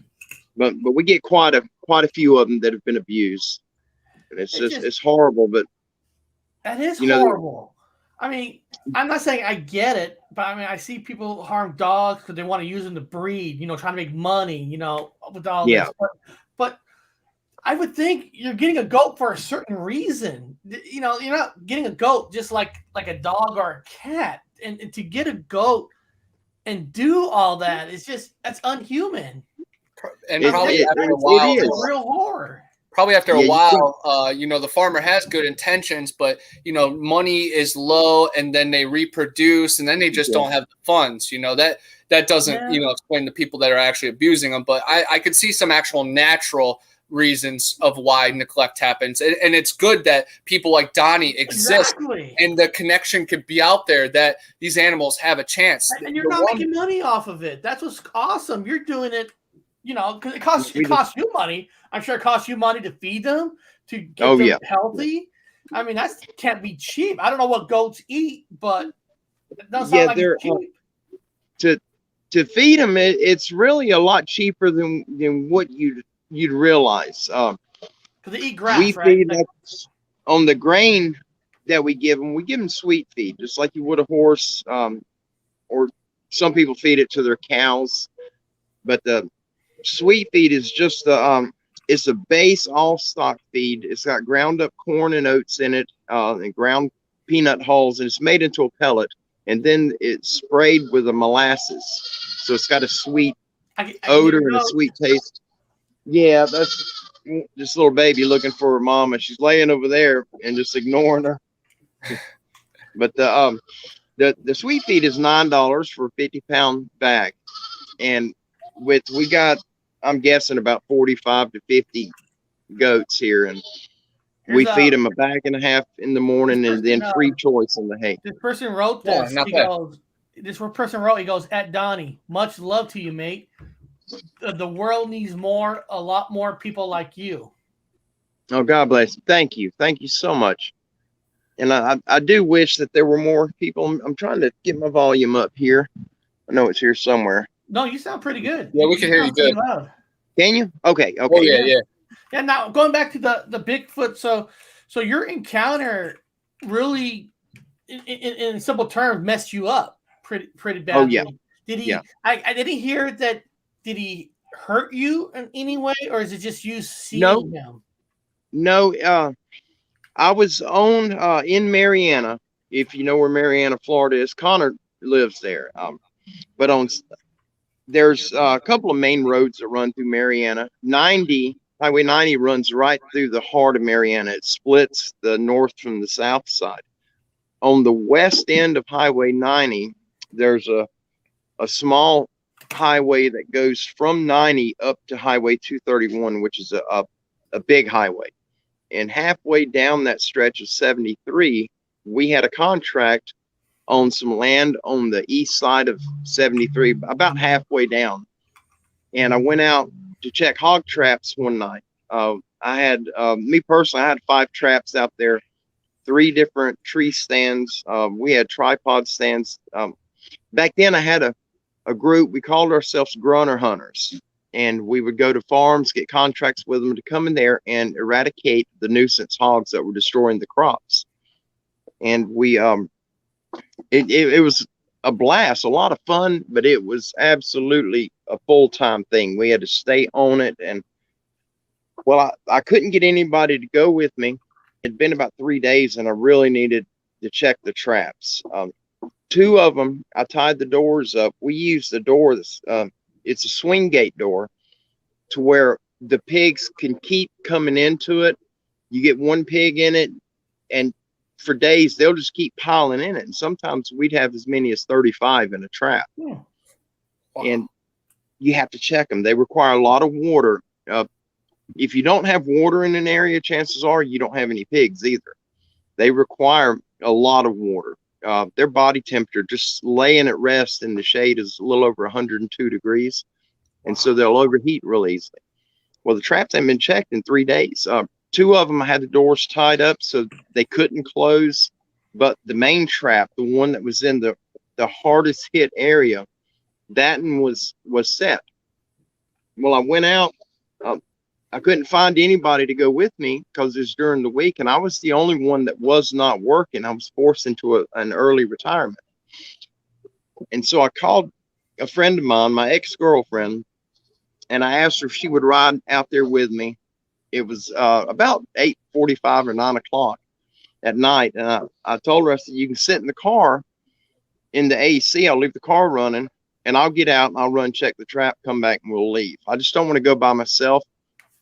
And I had this overwhelming sensation not to go, but I had to. It had been 3 days and the trap needed to be checked. Well, she finally agreed, and we get there.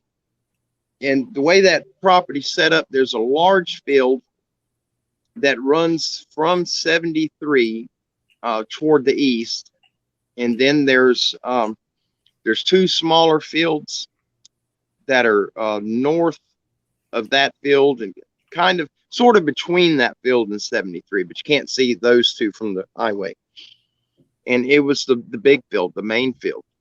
That one you can, when you walk out onto the field, you can see cars, the headlights as they pass there. I think it's 1,200 acres. I don't remember exactly. It's a big field. Well, to get to it, you pull into the small field, which is around 18 or 20 acres. And you got to drive to the opposite side. You come in from the highway and you have to drive all the way across it. There's a little trail that goes around the outside of of the field. And then that field is surrounded by very thick vegetation, just incredibly thick.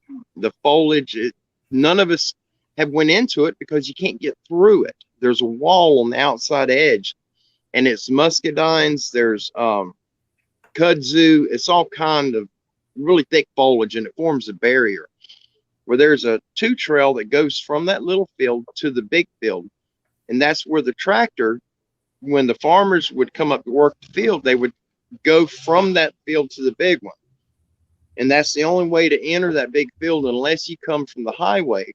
But the trail around that field is muddy. And we took my car, which was a Toyota Tercel, and it wouldn't have made it around that field at all.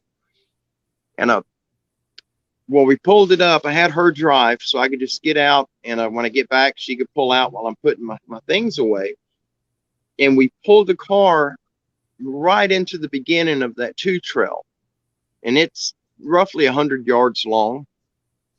Right at the far end of it, there's a little washout that crosses the trail. And there's water always flowing through it.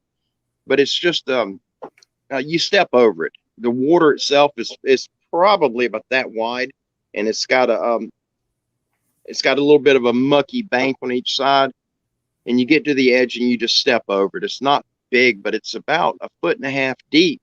So my car definitely wouldn't have crossed that. They drive the tractor across it, and some of the guys had 4-wheel drive trucks, and we could cross it with that quite easily. Well, walking down from the car to that big field, on each side of the road, these wild muscadines and kudzu and all this other stuff, it goes from the ground clear to the top of these mature pine trees, which are probably 60 to 70 feet. They're really big trees. And so it's a wall, a literal wall of foliage. And when you're walking down it, you can't see into it. There's been 50 or 60 times we walked down there, and you can hear animals moving through the leaves back there, but you couldn't see them. Even in daytime, it was just too thick. And as I was walking down that two trail, I made sure to stay in one of the tire tracks. It's just two white sand stripes going from one field to the other where the tires have wore all the vegetation away. And in the middle, there was a little strip of grass and, just the stuff that grows there. And I was staying on the sand, and I could hear something on my left side as I left the car, and it was walking paralleling me. And I wouldn't hear it until I started moving. And I stopped. When I first heard it, I could hear my steps on the sand, and then I would hear the step to my left, but with my clothing moving around. I've got a rifle over my shoulder. I got my fanny pack, and with that little bit of rustling, I couldn't quite discern if I was actually hearing the step or not. And so I would stop, and it would take one extra step before it stopped. And I've done this 2 or 3 times, and that's when I realized there is definitely something walking there. And it stayed what sounded like 20 to 25 feet from coming out through that wall of foliage. It was back a little ways. And when I got to the end where that little ditch is, that I got to step over. As soon as I stepped, there's some leaves that fell out of the trees on the other side. And I heard a noise, and I wasn't sure what I heard. I thought it was a pig. The sows, the mother pigs, if they have young, they'll do this warning call to their babies. And it's sort of a growl grunt mix. It's a drawn out, and the babies know they fall in line behind mama, single file, and she takes off, and they stay with her, and she gets them to safety. And I thought that's what it was, because I didn't hear it until my foot hit them leaves, and the crunching sound. That's when I heard it, and I froze, and there was no other sound. It was just silent. And so I went ahead and I finished stepping over that little ditch, and I walked about 15 feet or so. I'm into the big peanut field, because that little ditch, that washout is right at the edge of that large field. And well, I got into the field and I turned to the left, expecting a pig to come out of that field, and I was going to shoot it, and nothing ever came out. Now, the peanuts were not quite knee high out on the field during this time, and but the copperhead snakes were horrible out there, and you can see between the peanuts, they were nowhere near maturity. They had planted, I guess, February. This was near the end of April, and so you could see each individual plant, but the copperheads would get under them. You see, you really had to pay attention to where you were going. And I had snake boots on, but there's always a chance that boot's going to be weak in the area the snake bites at, and I don't want to test them. And so I got my headlamp on, and I got it on the lowest setting. It's got a high or a low, medium, high, then a red light, a green light, and then it goes off. And each click of the button, it goes to a different level of brightness or a different color. And so I had it on the low set, and it's hitting the ground about 6 feet in front of me, so I can see the ground to make sure I don't step on a copperhead. And we see them every time we go out there. There's that many. It's insane. Mariana's horrible for copperheads and moccasins. And I crossed out, went to the trap, which should have had pigs in it, and it didn't. It was empty. There was no damage. There was still corn in it, which was odd. That trap was very rarely was it empty. Well, I was coming back, and when I got into that little 2-trail, I come up, I stepped over that little washout, and I heard that sound again that I heard when I was coming. But this time it did it immediately after I made the step, and I recognized that it was a growl, and it was such a deep, bassy. I mean, it sounded like it came from the bottom of a deep well. It just had almost an echo to it. It was strange, but it was such a deep growl. I knew it wasn't a pig, but that one little spot in my brain was telling me it was possibly a large pig, but I was thinking bear. And I am petrified of bears. I don't want to be around them. I've never encountered a bear in the wild, and I'm horrified of them. My brother-in-law works for the paper company, and he deals with them regularly. And he's told me 100 times, when you get around bears, you're going to smell a putrid odor. They will growl at you. They do a variety of different things, but it's a bear, and you got to present yourself bigger to scare them off. And well, immediately I hear the growl, my heart starts racing, and I'm thinking bear, and a slim possibility it's a large pig. And I'll deal with the pig, even though it's a more dangerous animal, but that's all I've done. Even as a child, we catch them with dogs. We hunted them with a not a pocket knife, but a fixed blade Bowie. And I was prepared. If it was a pig, I got a 7mm short magnum in my hands. I've got a knife in my belt. I got a pocket knife. We take care of it. But I kept thinking bear. And so I started walking toward the car, but trying to be as slow and quiet as I could. I stayed in the sand tire track, and I stepped on the opposite side of the road. He was on my right as I come into that 2-trail.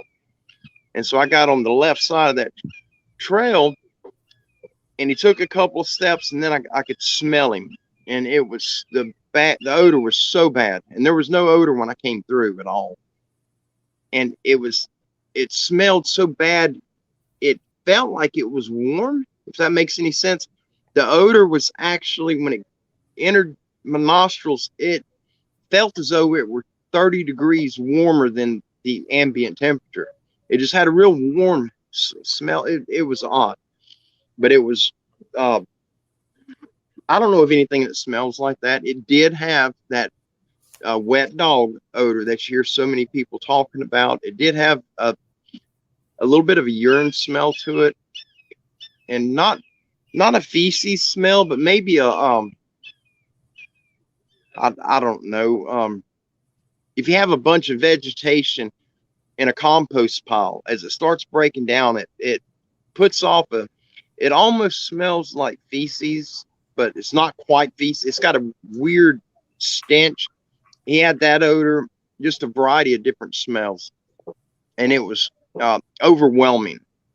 The odor, you could taste it, and that's when I knew in my mind, I knew for a fact there was a bear there, and that's when it all became real to me. And now I'm scared to death.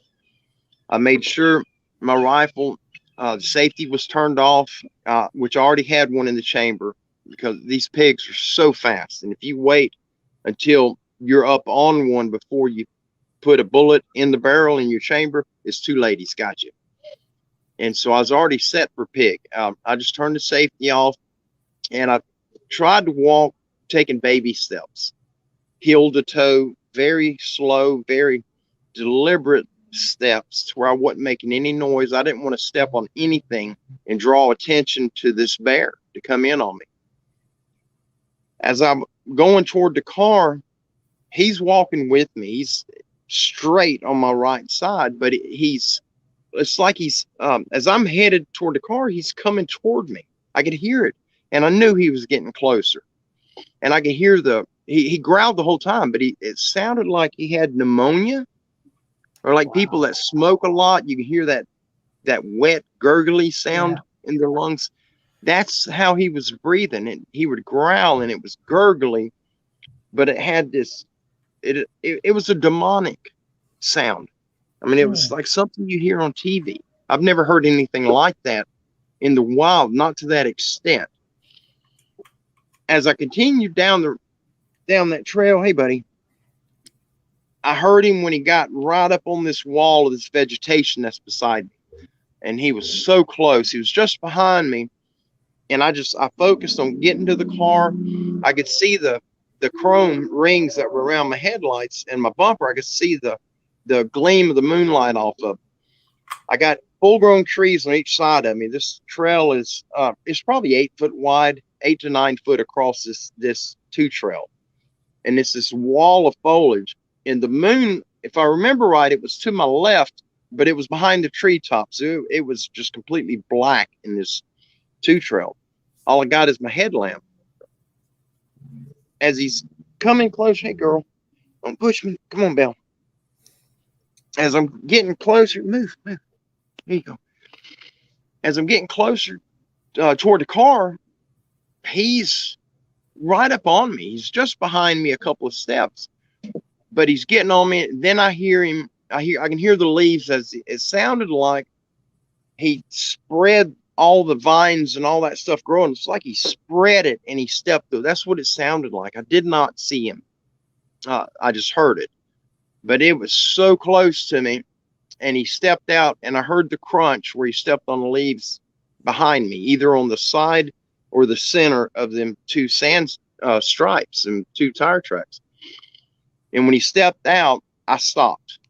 I quit moving, and I was praying, please don't let him know that I'm there. The wind was blowing from my right to the left, and so I knew he wouldn't have winded me when he was on my right side, and I was praying he didn't know I was there. Well, he's growling at me, and then I could hear this thud sound, and I could feel it through my feet in the ground. And he growled on the exhale, and he sort of snarled on the inhale. It was almost a continuous but it was like two different type growls with, each breath it would alternate. And I finally got the courage. Well, not courage. I was afraid. There was nothing brave happening with me at all during this time. But I finally got to where I had to turn to see what it was. If it was a bear, I had to prepare to shoot him. And as I turned, I broke my neck, so I don't have full rotation. I can't turn to my hard left or hard right. I have to twist my upper body from the waist. And well, I twisted as far as I could, and I couldn't see anything. I couldn't turn far enough. And so I'd have to shuffle my feet, just 1 foot at a time until my feet were facing the woods on my left side to be able to twist to see directly behind me. And as I finally got turned, I couldn't see that lime green of the peanut field. It wasn't 40 yards from me, and I couldn't see it at all. Everything was blacked out, and I thought I was fainting. It just, my mind felt like I was blacking out, and I lost my vision, is what I thought. And I could see everything was black, and I could see this striations in front of me, and I don't know if it was my vision. I had no idea what it was. I thought I was blacking out, and my brain couldn't comprehend what I was looking at.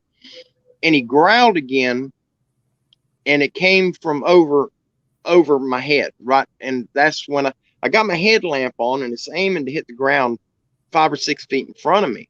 And so it's hitting him probably mid stomach area. And what I was seeing was his hair, but he was so close to me. He was probably 2.5 feet. He was right there on top of me. And when he growled, I leaned back to try to see where, because nothing made sense. And I was expecting a bear 15 feet behind me, and that's what I was expecting to see. Something waist high growling at me, but it wasn't. He was up here. And when I finally leaned back, my headlamp hit him. I don't know if you can see, probably right here in the lower part of the shoulder, but it lit him up. I could see him just as clear as I can see you guys. And it was a caveman. I mean, there was no other explanation. There was nothing gorilla-like to him. This looked like a prehistoric man. And he was not happy. He had his fist balled up and his elbows at his side, and he would sling his fist to the ground, and he'd stomp his foot, and the whole ground would shake. I mean, my whole body would almost lift up from the percussion where he'd stomp. And every time he'd growl out at me like that, he had breath it smelled like fermenting oranges. And an earthworm, when you get a tub of earthworms to go fishing, that smell when you open it, it smelled like that, and fermented oranges, and it was nasty. It's normally an orange smell would be fairly good, but it wasn't. It had a very sickening smell, almost like a pus, like an infection smell. And he kept growling, slinging his fists and stomping at me. And the rifle, the way I was turned, if I would have pulled the trigger without moving the rifle, I would have hit him somewhere in his shoulder. And that's a 7 short Magnum, and I was shooting Hornady SSTs at the time, which are, when they hit, if you shoot a deer in the shoulder with it, the whole front half of the deer is ruined. You can't eat it. And we use those for these pigs. You shoot them just behind the head, right there in the neck, and they drop. They don't suffer. They don't squeal. It kills them instantly, and that's why we use them. And I did not, and to this day, and I stand behind this, I did not believe that bullet would have done much more than really set him on fire. And probably pissed him off worse. Yeah, it was. He was so big, and I turned my back on him. I didn't know what to do. I was so scared. My heart was hurting. I mean, I had a pain in my chest, like I was having a heart attack. And I could hear, when my heart beat, I could hear it in my ear. Just a boom in both ears. It was just a bizarre, the whole experience. I was so afraid. I've never been that scared. And I had a high power rifle in my hands with the safety off. My finger was in the trigger slot. And if I would have jerked, it would have fired. But I was so afraid. I knew it wouldn't have done nothing to him. It would have got me. How'd you get out of there? When I turned back to the car, he kept stomping. He kept doing the growling, stomping the ground. And I was trying to figure out, how am I going to get from here to the car? I'm 50 to 60 yards from the car. And I could see Lisa in the car. I could make out her outline. Can she see what was going on when this was happening from the car? Do you know? Not at this time, she did. Okay. But I was trying to figure out, and my brain was all over the place. I broke my back 3 times, I was born with deformed hips, and I physically cannot run. It's not possible for me. No matter what the situation, if my life or my family's life depended on it, we would all expire because I can't run. And so I'm trying to uh, figure out how am I going to get from here to the car without this thing swatting me. I mean, I was so close when he'd swing his fist down, the the breeze would hit me in the face. He was that close to me. And finally, it dawned on me, get the headlamp on her because it's hitting the ground a few feet in front of me. And so I grabbed the headlamp and I rotated it toward the car, and I just started clicking the button on it, going through all the different light modes and the high, low, or it was low, medium, Like a high, Morse red, code in a green. way. Yep, and I just kept flicking it and as fast as I could click it. And finally, the headlights came on the car. And then the high beams came on, and then she started blowing the horn, and I could hear her from where I was at. She had the windows up with the air running, and she's screaming in the car using the F word, F and run, F and run. And that's when he took off, and he ran to my left side, which was toward Highway 73. And it sounded like a full-size F-150 left the highway and crashing through. I mean, I bet some of that stuff had to have been that big that he was snapping off.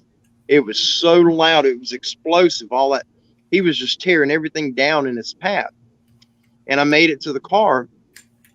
I opened the door because I knew nothing like that existed. And up to that point, I had never heard of Bigfoot or Sasquatch because we grew up in a farming family. We didn't do TV. We didn't have TV until I was probably 12 or 13. And by that time, I didn't care for it. I was always out doing other things. And so we weren't exposed to that. And this was 2011. And it was the end of 2012, early part of 2013, before I finally figured out what it was that I encountered. But when I got to the car, I thought it had to have been a bear, and I just seen it wrong. I was too close or something, but he was so lit up. That headlamp, I mean, it hit him here, but it lit him up. I could see everything on him. And I opened the door and I said, "Did you see that bear?" And she just cuts me off and said, "That wasn't no effing bear." And I said, "What'd you see?" And she said, "That was a man. That was a big man." And she said from where she was at in the car that the top of my head was about 6 inches below the bottom of his chest. She could see from halfway up his stomach. She could see from there all the way up on him because he was that much taller than I was. But he took up that whole road. He was so broad, and he wasn't like an athlete where he's shaped like a triangle with the broad shoulders, the narrow waist. He was thick, even the midsection, but his shoulders were that it was like a creation gone wrong. His shoulders were so thick, it was too wide for his body, even as big as he was. His shoulders were way too large for his body. And it was it was looking into the eyes of a demon. And I could see his eyes. They weren't solid black. I've heard a lot of encounters that they're solid black eyes. They weren't. I could see the pupil in his eye. His eyes were brown, almost like a red brown color. And then he had the black pupil, but the pupil and the colored part of his eye was so big. If he had normal eyes, like, the size of us, a human's eye, the colored part would probably be 1.5 to 1 3/4 times bigger than ours. It was just, the proportions were, the pupil was so much larger on him than it would be for a human that size. This person asked, was it upright when it took off? I don't know. I wasn't looking at him. I was looking toward the car. When she started blowing the horn, that's when he ran.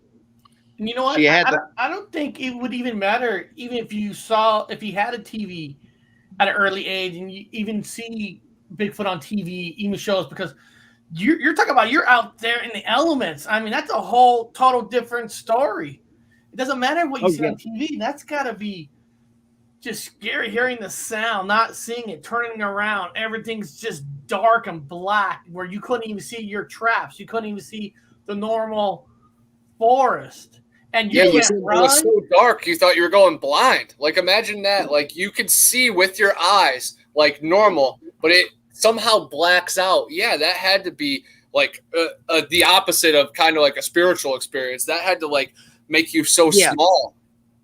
I don't remember if it was what I'm talking to so many people about that in the beginning and in the early days of uh, coming out with the encounter. I've talked to a lot, and someone, it may have been Wes.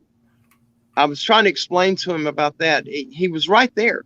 He was 2 feet or less from me. He was so close to me that when he swung his hands, the wind off his fist was, I could feel it hit my face. He was that close.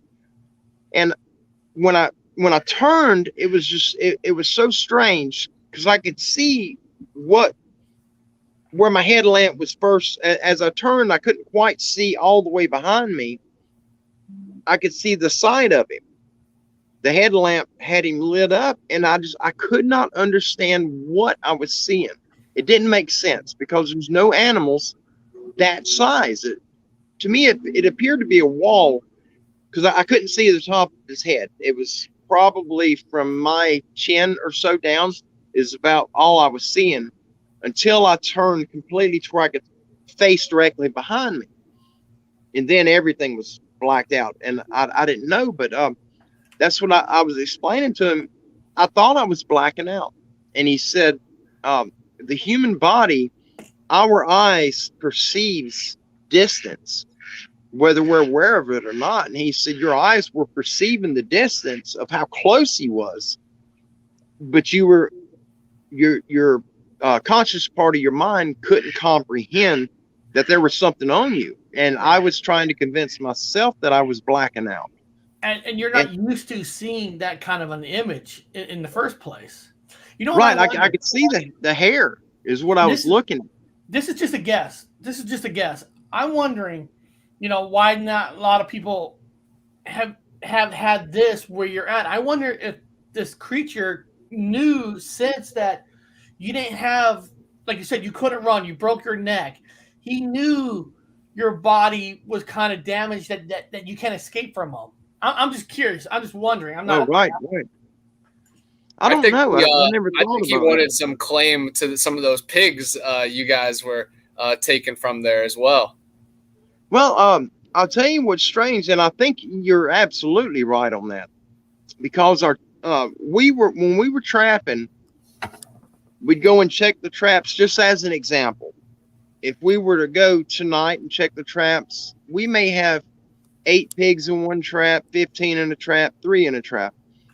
Tomorrow we go, we'd have 5 in a trap, 6, 10, but it would be like that. And then we went and checked traps because I wasn't the only one that was working this field.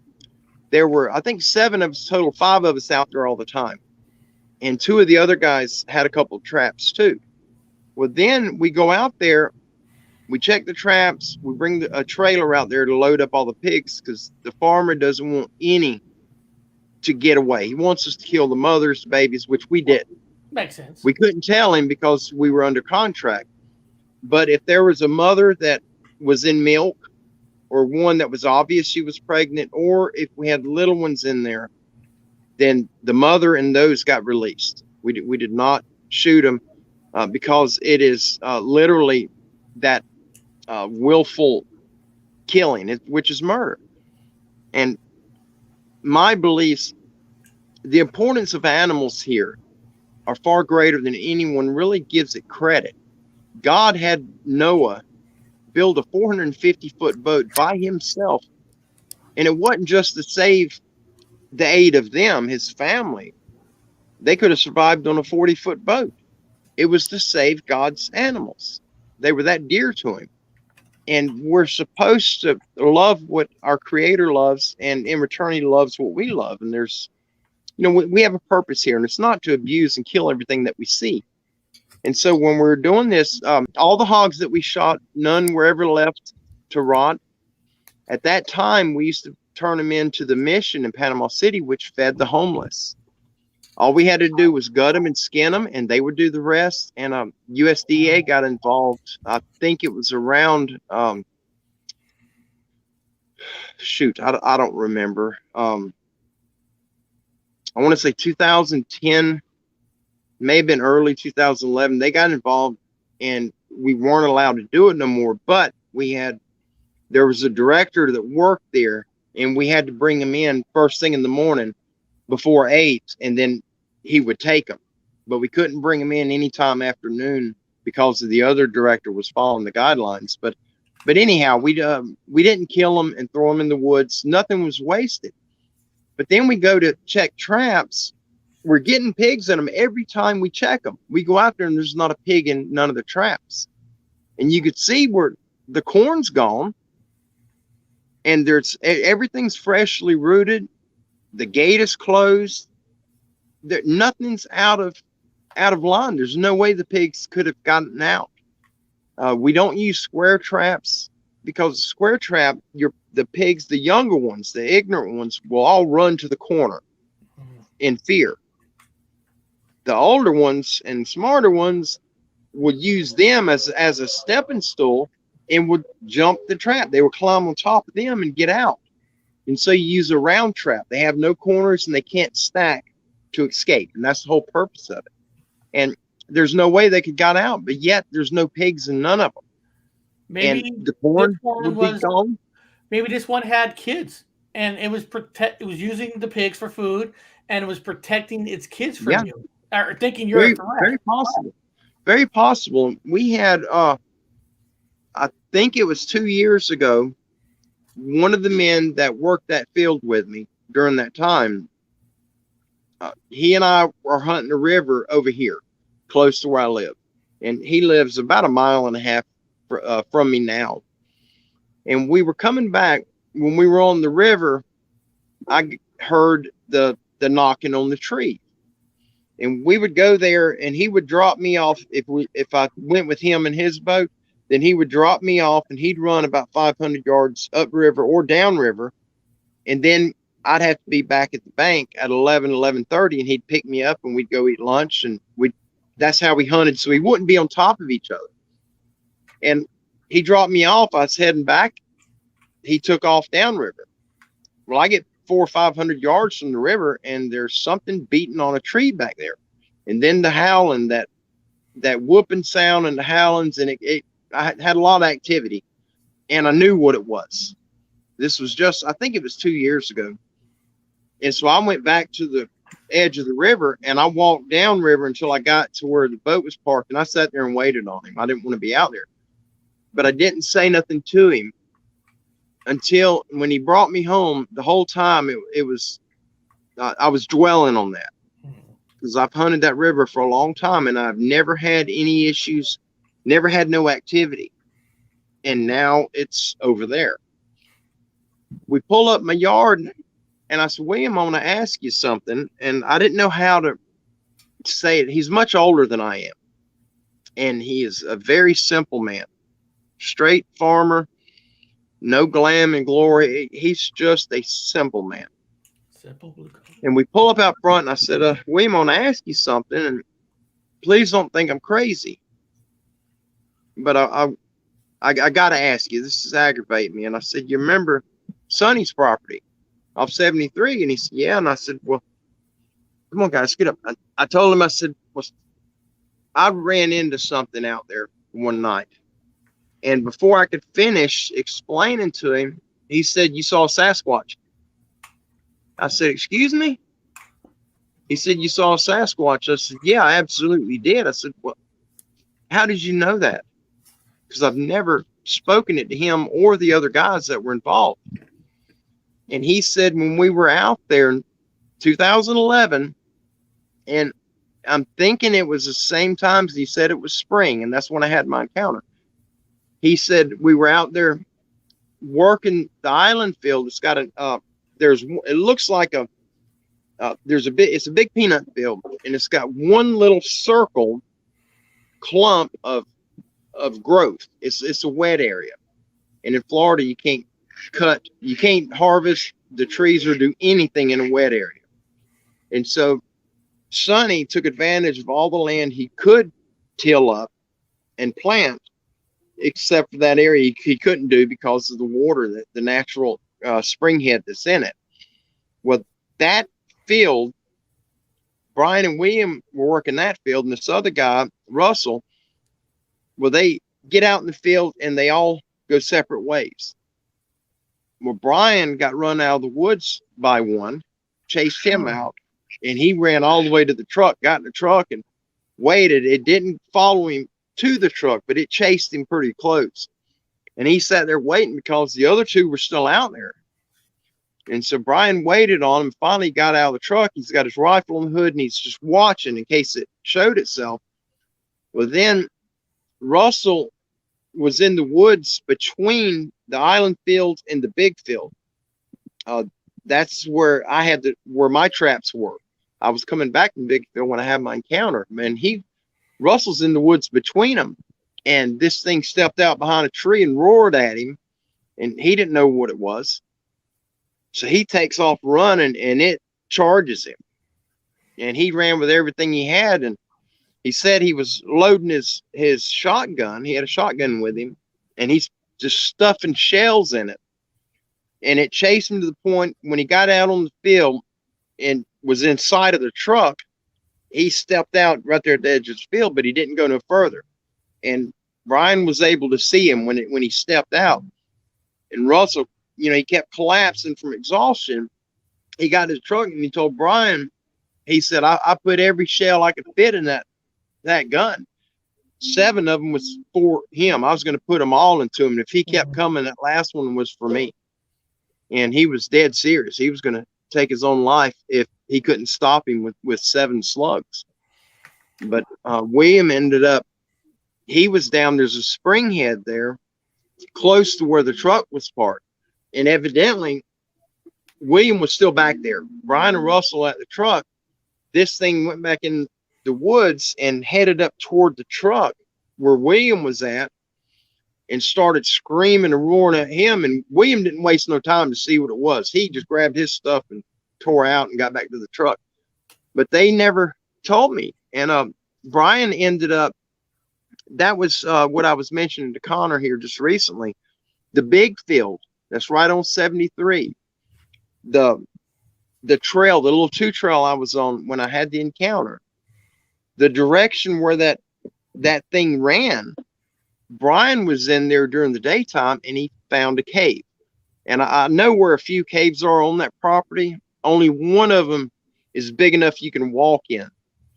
The others you have to either bend down pretty low or you got to crawl to get. I didn't go in them. I'm definitely not doing that because all of them have a trail coming into it and a trail coming out. There's something living in the caves without a doubt. But Brian was in that patch of woods where that thing ran. He went into the big field, was hunting it. But when he come back, if you get on the field and you walk towards 73, it opens up a little bit and you can go in there from that end. You can't come back to that 2 trail because it's too thick closer you get to it. But he went back there and he found a big cave. He went down in the cave. There were piles of bones on one side of the cave. And he said they were all in order. There's a pile of big bones. He said they're just piled up. Like a kid went in there playing and just piled the bones up. A foot or 2 away is a pile of medium bones. A foot or 2 away is a pile of the little bones. And which he knew that was strange. Well, he got down in there and there's a lake, just water. And he's using a light that's got it's 500,000 candle power. It mounts on the rifle scope, and then it's got a pigtail. You plug this adapter cord in, and the battery sits on your belt. And it's one of them coiled up wires that you can stretch it, and it just kind of springs back. The whole wire is made of that, but it's made to put on a rifle for night hunting. It's exceptionally bright, and it'll shine the trees. At 600 yards, it'll light the trees up on the other side of the field. Well, he said he was down in the cave and he shined it across the water and could not see the other side of that cave. it went under that field, and that field is huge. But he wanted to go back because he said there's a ledge that goes when you come into it, where the water is on the left. He said there's a ledge that goes to the left down that wall as far as you can see, and there's a ledge that continues straight from where you enter it. And it looks to be rectangular, and when you come into the cave, you're at the corner of it. And he wanted to go back and get some guys to go with him, and he was going to walk it just to see where it goes. And I'm thinking maybe that's where they're hiding at. I don't know. I've gotten a couple of years, 2 years ago, a man who lives in Cottondale, which is close to Marianna. It's kind of like a suburb, I guess, of Marianna. His family has been there for a long time. And every member of his family, including his grandmother, his great-grandmother, his aunts, all of them have had sightings or encounters up there. And he was telling me he had 3 sightings on 73, and he was explaining to me. And he says, he told me he's seen 3 different times. He's seen a white one, and he's seen 2 black ones. And he said, if you know, do you know where Marianna is? I said, yeah, I know where it is. He said, well, there's a road there, Highway 73.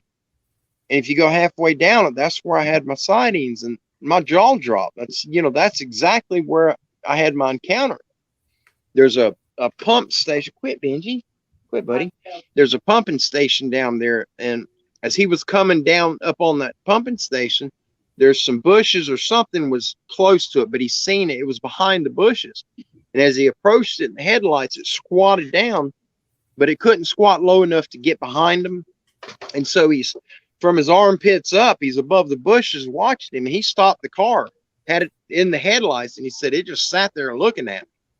But as it turned its head, he had eye shine. When he moved his head a certain way, he said, when I seen the eye shine, I knew it was real because it was moving his head.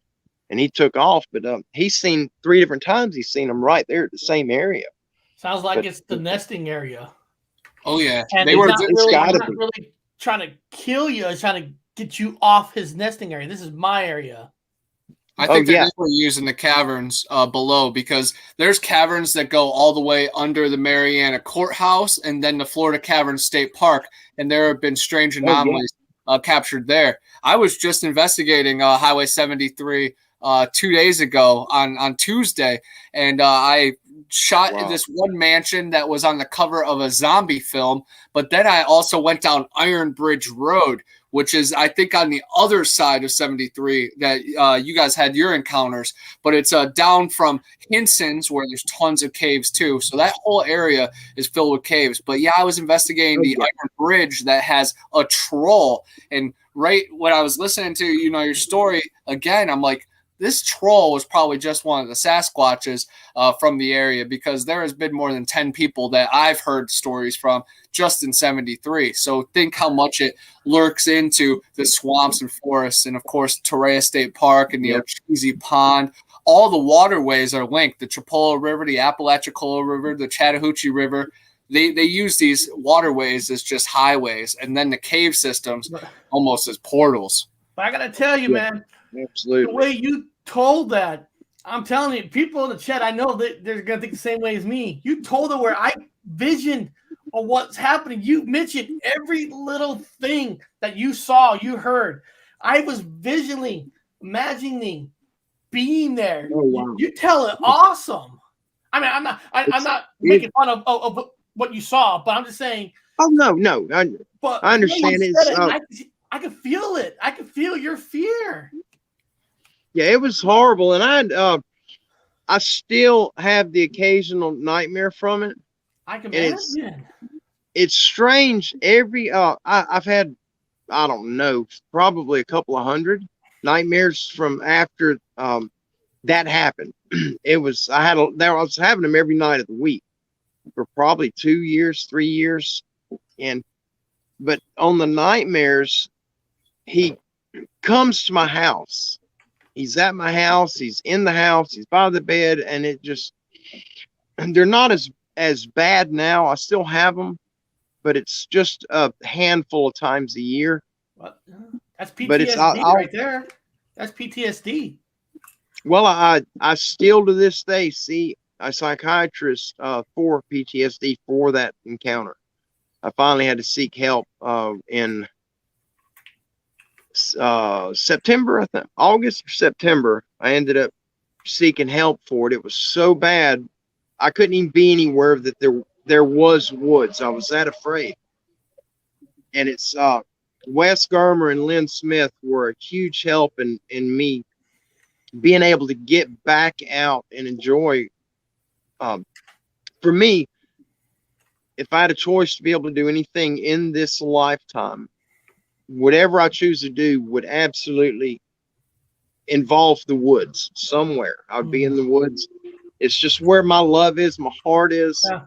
Does it And I does it bother you if you when you hear people say it's all false, it's none of it's real, none of that does that bother you at all now, knowing that what you just experienced? Where do you no, like? it used to. Yeah, it used to make me a little angry.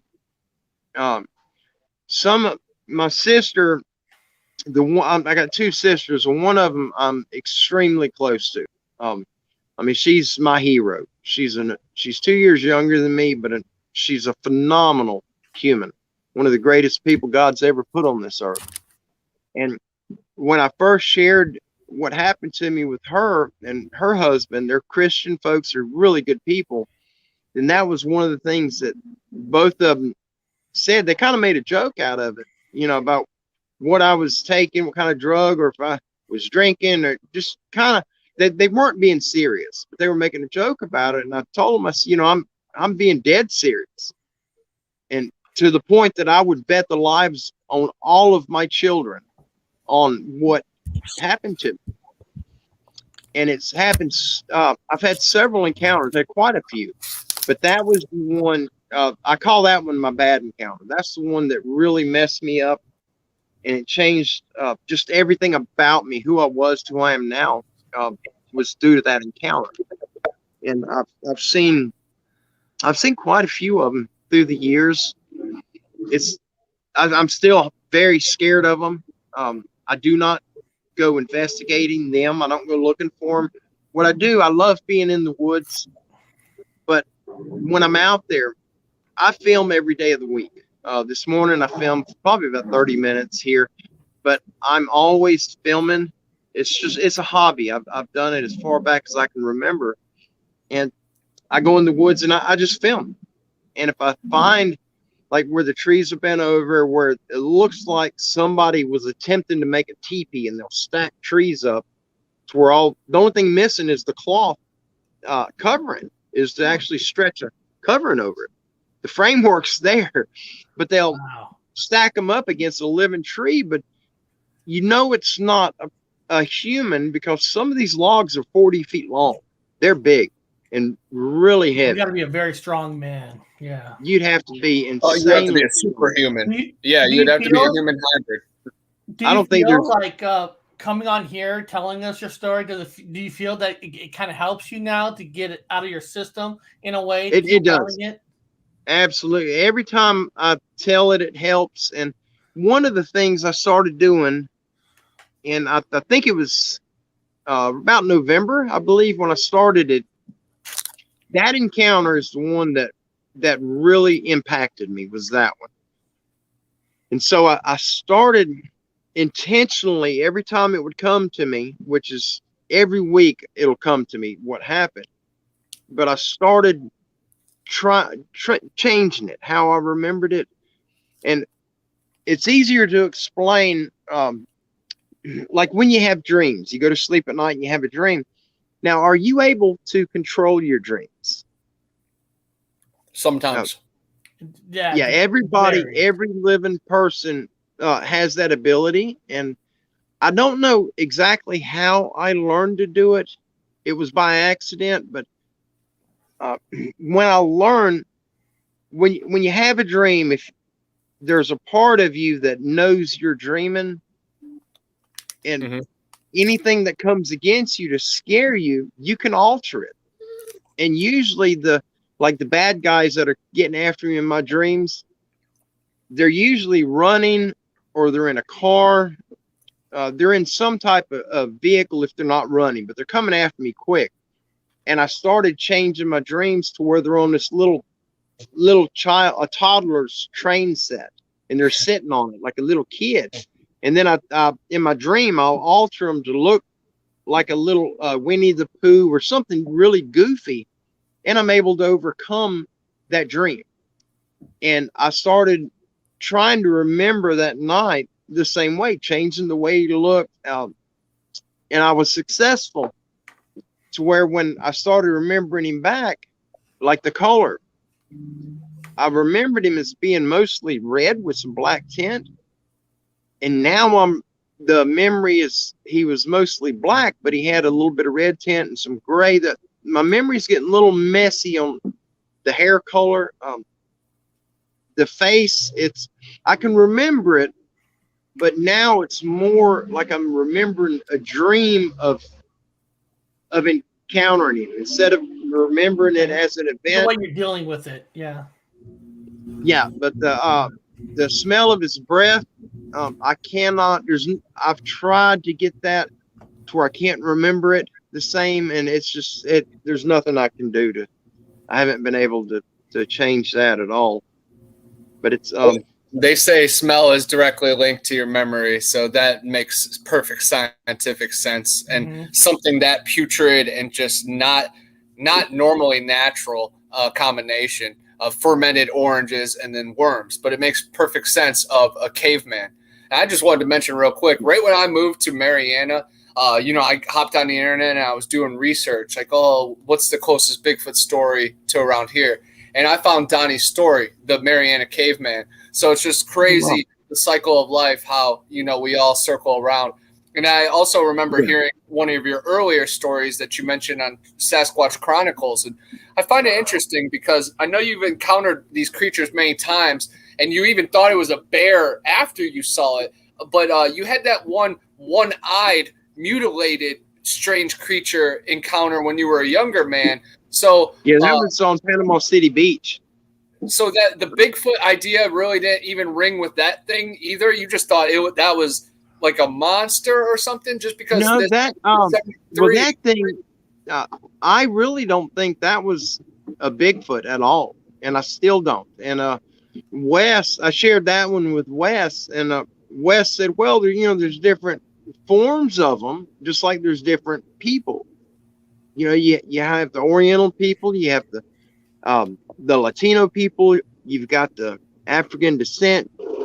There's so many different forms." And I told him, I said, "Wes, it was none of that. This was a different, I don't know what it was. All the Bigfoot creatures that I've seen, it's, right away when you see them, if you're close enough to make it out, that they have hair on their body. It's not fur, it's hair. You can see through it. You can see the skin through it. And in places on some of them, it's long. The only places I've ever really seen it long was like on I know it probably sounds completely ridiculous, but it's like this part of the arm, like the elbow, that section, it seems like it's always kind of overgrown there. And then of course on the face, just like a beard. But I haven't, there, a lot of them have really thin hair, and you can see a lot of the skin in them, even the ones that have the black hair. But mostly what I seen was black or that orangey red color. But that thing that night on the beach, do we have time? And I'll tell you that one. Yeah, we have a little bit of time for sure. Okay, I don't time is eternal when the stories are this good. Oh, thank you. I wish I didn't have them. I wish they were something I read somewhere instead. But I know beach, you are big on the Creator, though, and the Creator gives you a path that you can handle. So your knowledge is being spread, and it's helping people. And you had to take the small fall, but you're looking out for people. You've saved many lives already just with the simple knowledge you're spreading. Lord, I hope so. That's my whole intent. If we can save just one person, prevent them from experiencing something like that, or prevent them from being harmed or worse, taken, then it's been worth it. The ridicule, the nonsense that I've had emailed to me, I've had a lot of goofiness. Tell your story. I'm going to be listening to it. I got to run upstairs real quick. but I'll be listening. I'll be right back. Tell your story. Yes, sir. Okay, no problem. But yes, the down in one, Panama City, Donnie had an encounter that I actually heard on the internet again through my research. And then when I first talked to Donnie on the phone, he was telling me about some of the strange anomalies that have happened. And then, boom, he's telling me a story that I start recalling in my head. And it was just a trippy experience yourself. And I hope somebody else has heard this story before. But this is the man. This is the face. Here's the story. yeah, thank you, Connor. Thank you so much. Yeah, I'll tell you where it happened. You may be very familiar with that area. On Panama City Beach, they've got, it used to be called Back Beach Road. I don't know if it's still called that or not, but it's the main road, the most north road that goes from Panama City, Florida, across Panama City Beach and to Destin. I think it's 98. Down, not quite, not halfway down the road, closer toward the east side, going down Back Beach. There's an area called Colony Club. They got a golf course, they got driving range, which is right out by the highway there, and there's some fancy homes in their upper class area. It's right by my grandparents' house. I can't wait till they hear this. Oh wow! But in the Colony Club, if you'll go down into Colony Club and take a left, follow it down, you'll come through all of them houses, them upper class houses. A lot of the beach's political people, the mayors, Richard Jackson, which I grew up with him and his dad had a home in there. The Cooks, a lot of well-known political people live in that area. Nice homes. But if you follow that road down, you'll get down toward the end of it, and there's a road that cuts off on the left side called Moonlight Bay Drive. During this time, Moonlight Bay Drive was a dirt road. And if you went down the dirt road, you got a ditch on your left side, a pretty deep ditch. And you follow it down, it goes past the power lines, which all of this is out in the woods. And it stops, and there's mature planted pine trees that start at the end of that road right in front of you that go to the bay.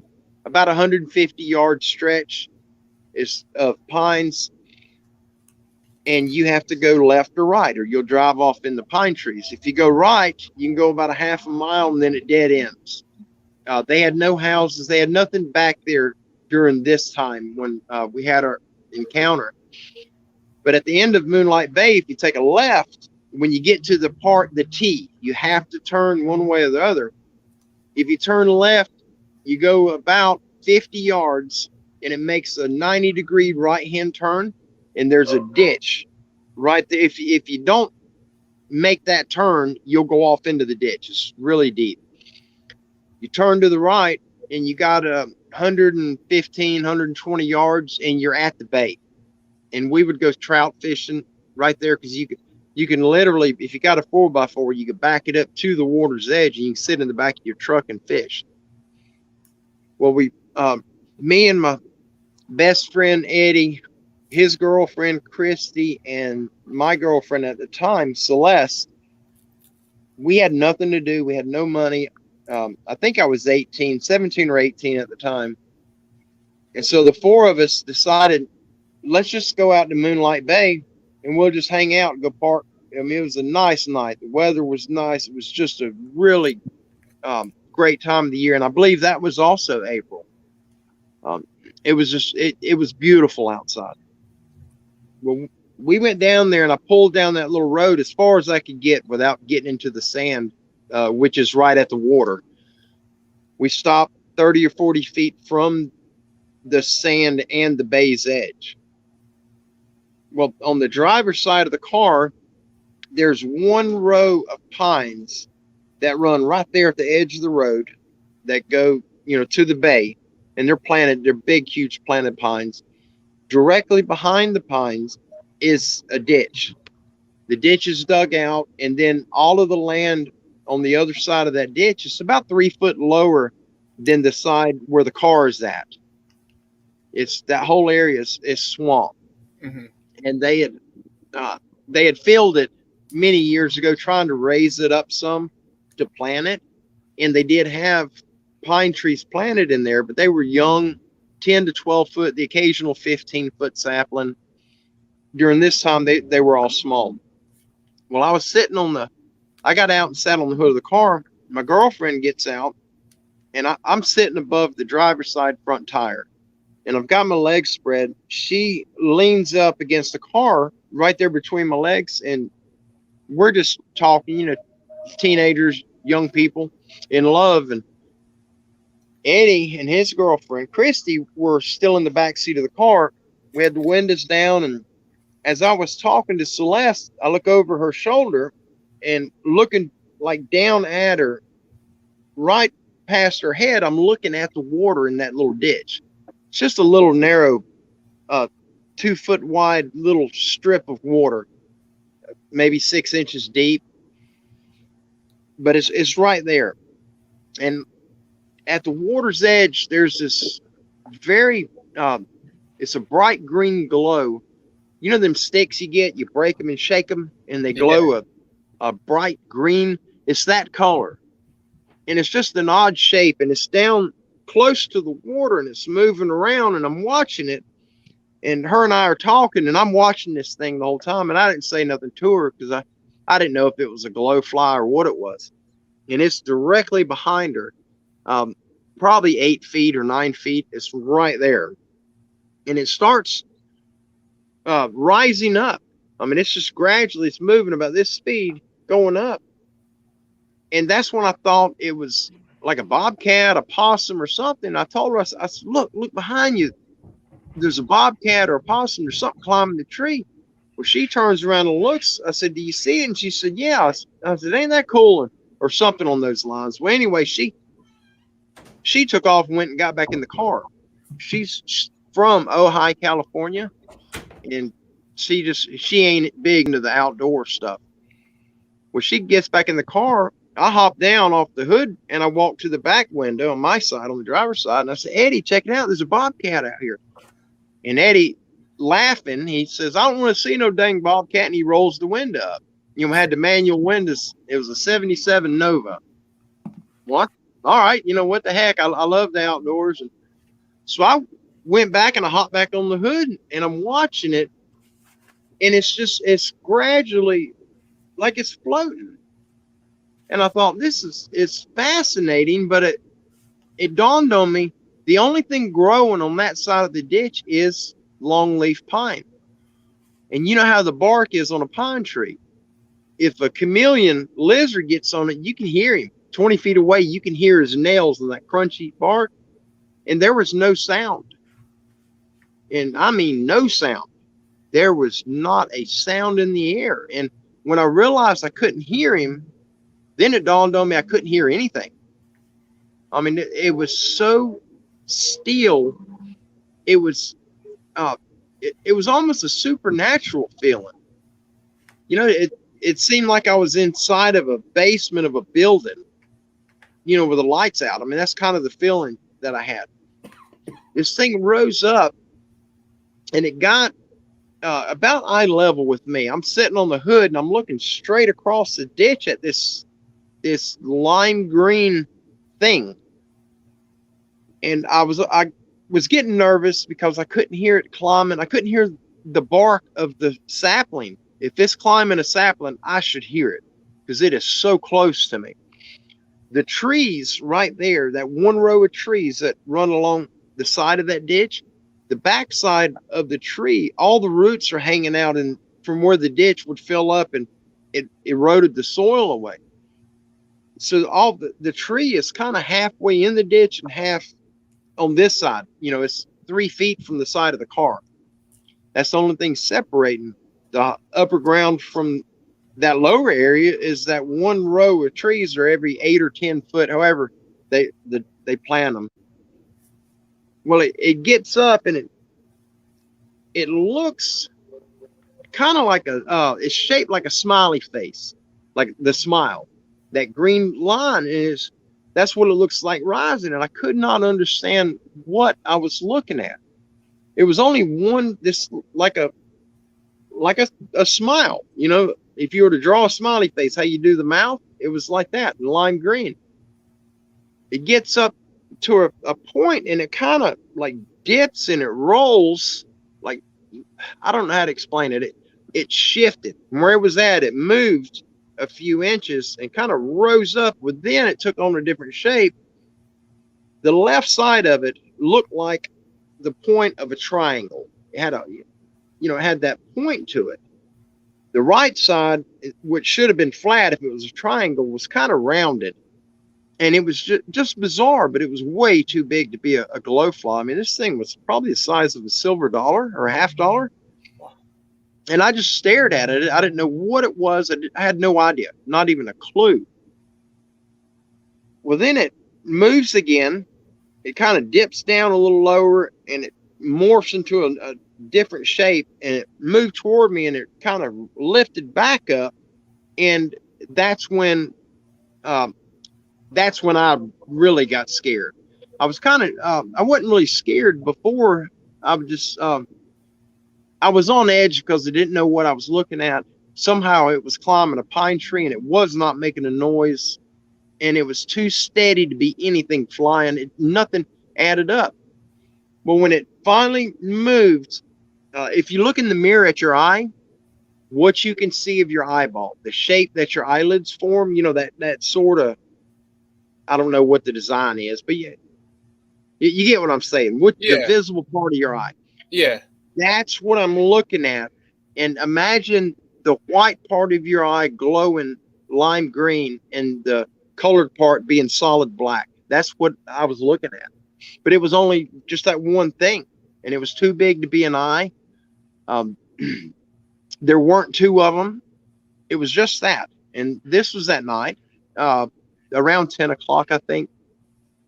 So I hopped down and I jump in the car and I cranked the car up. And this was a 4-door 77 Chevrolet Nova.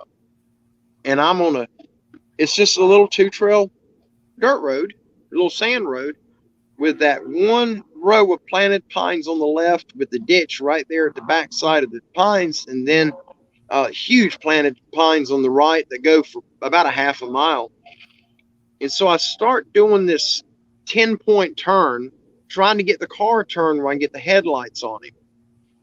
And everybody's asking me, what is it? What is it? And I wasn't answering anybody. I was so focused on, I got to get it turned. I got to see what this is. I had no idea. I had no clue what it would end up being. I was thinking some type of animal or bug or something. I just didn't know what. Well, I get to a point, I turn the wheel as hard as I could and I eased up. My bumper hits the tree.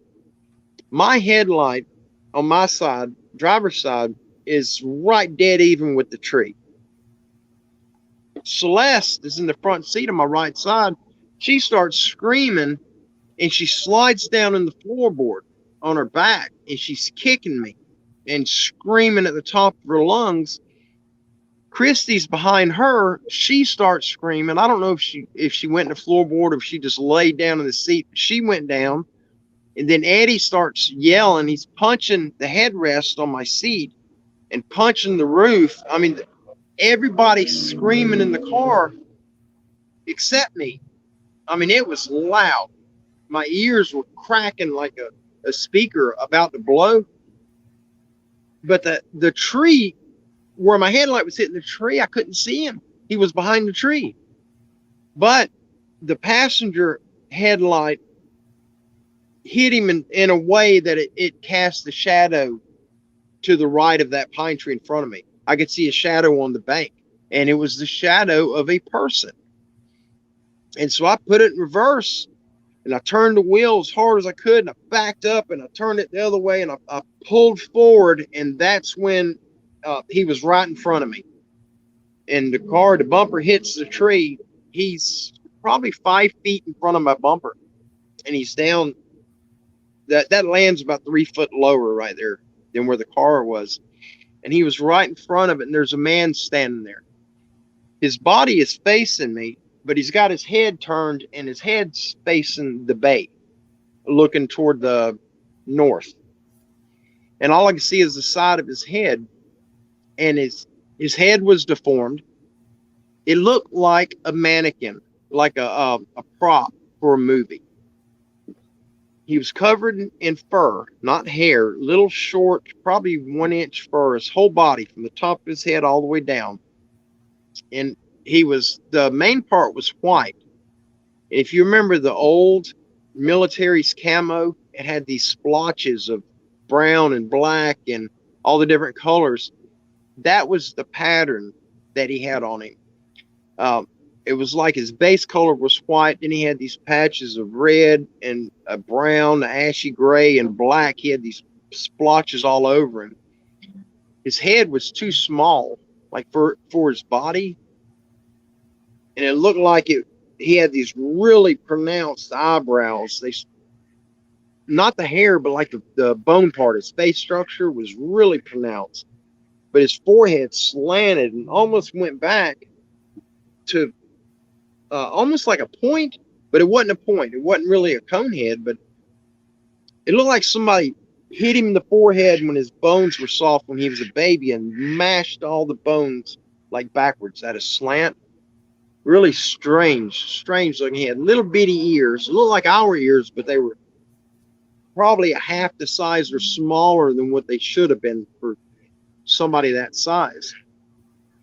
But he's watching the road. I mean, he's right there.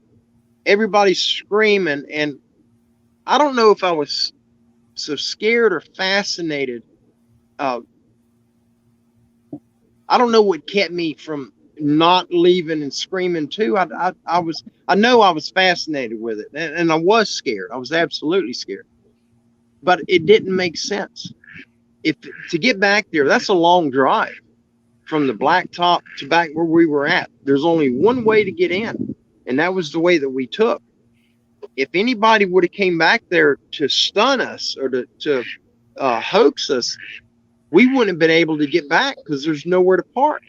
They would have blocked the road, and there were no tracks. We were the only car to come in. Nothing made sense. And I literally thought it was a mannequin. I just couldn't understand how was it moving its head. It just didn't make sense. The proportions were way out of whack, especially with the arms. His arms were really long, but the thickness, he had these huge round shoulders, but his arms, they were enormous. They were like this, but all the way down. Even, how our arms narrow at the elbow and at the wrist? His was the same diameter all the way down, all the way to the hand. It was so strange. And his knees, either he didn't have fur on them, or they were caked in like a gray mud. His knees were, didn't look like there was fur on them, like he'd been kneeling in something.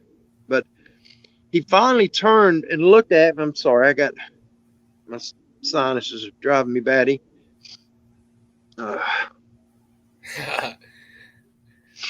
He finally turned and looked at me. And when he looked at me, the headlight is hitting him. His face is in the beam, his upper chest. I mean, I got the high beams on him, and he's the whole upper part of him is in direct light of the high beam. From that close, there's no way possible he should have seen me, but somehow I know he was looking directly into my eyes. I knew it.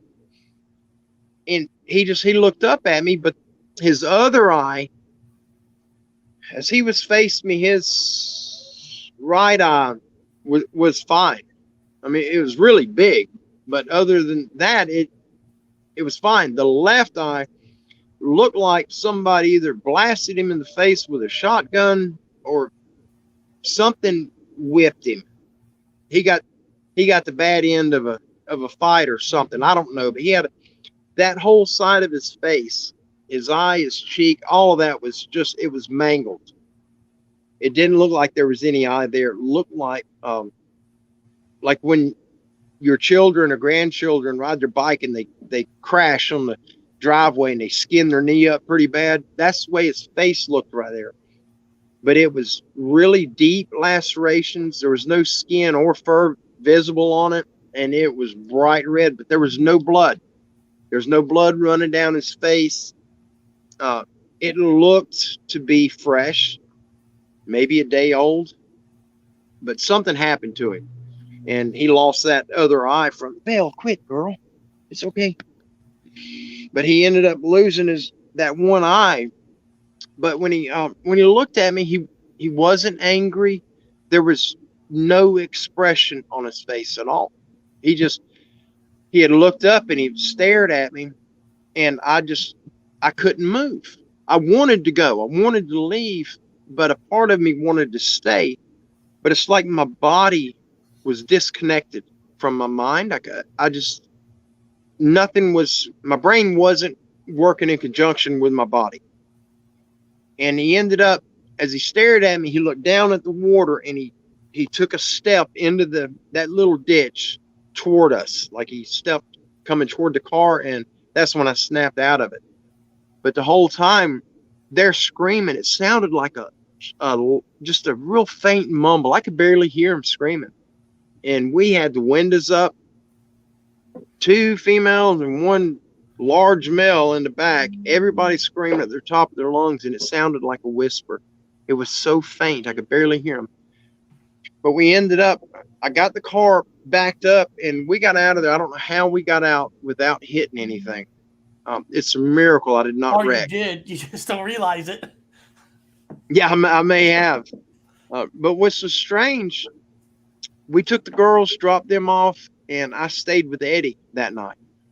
We got back to his house, and I told him, I said, Eddie, let's get up first thing in the morning. We'll go back because there's definitely going to be footprints right there. Because when we go trout fishing there, all the bait minnows, the bull minnows that we use, we catch them in that ditch with a scoop net. The ditch is only maybe 2 feet wide, a few inches deep, but it's full of bait fish. And we'll go there and scoop us up, 2 dozen, 3 dozen minnows, and there's a lot of trout. It's a good area to fish. And so we were going to go back, and that soft muck that's beside that water, there would definitely be tracks there. We got up around 6 o'clock, and it's storming, it's raining so hard. But we drove out there anyway. And as soon as we get there, that ditch it's 3 or 4 foot deep. It's full. It's all out into the pines. And we waited. It was a couple of days, and the rain was gone. All the water went back to normal, and there was nothing to be seen. Whatever was there was washed away. But it was not a Sasquatch. I don't know what it was. But you ever ask yourself, why you? I mean, you just not have one experience. You have 2 of them. So what is it with I have a lot he has of more them. than 10. I have a lot of them. I've seen a lot of things. The only time that I was outside of paranormal stuff that's happened, the only time that I was ever something physical happened was I don't remember if I was 13. It was before, when I turned 15, I was able to get a motorcycle license. Back then they allowed it if you were 15, and you couldn't go over I think it was 150 cc or something like that. But I had a motorcycle I bought when I was 14, but Mama wouldn't let me drive it to school because I didn't have a learner's permit / motorcycle endorsement. And so I was riding a bicycle at this time, so I'm thinking I was 14, but I don't remember. But there's a dirt road, and it actually runs the power lines on Moonlight Bay Drive that go to where that encounter happened when the 4 of us were out there. Those power lines go from an area, it's Big Daddy Drive, where they got a trailer park, where there's an old logging road that runs parallel to that. And we call it Stuckey's Run. And we ride our bicycles. It's a long ride. And it goes from almost at Hathaway Bridge to Highway 79. And you could ride that whole way and stay in the woods. We were riding our bikes. I think there were 4 of us, 3 or 4 of us.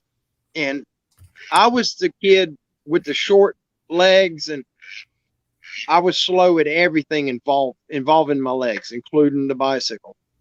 Well, we come out of this area that's really thick. We're in line. It was Mike, Steve, and I think our friend Stoney was with us, and then me. I believe it was four of us. I was the last one. We're coming down this old logging road out in the woods, and it's really thick. It's like you're in a cave. The growth goes over the road. I mean, it's awesome to be out there. In the heat of the summer, you're in shade during a large portion of this trail. Well, we're running as fast as we can because at the end of this little cave area, it opens up. It's all big planted pines, and it's growth probably 3 foot, and it goes up. There's a lot of big, thick stuff out there, but the majority of the stuff's about 3 foot high. But every time we would come through that area, we would get hit with pine cones, and we never knew why. None of us ever heard of Bigfoot. We were kids. We rode skateboards and rode bicycles and played with 3-wheelers, and that was our life. It wasn't books and TV shows.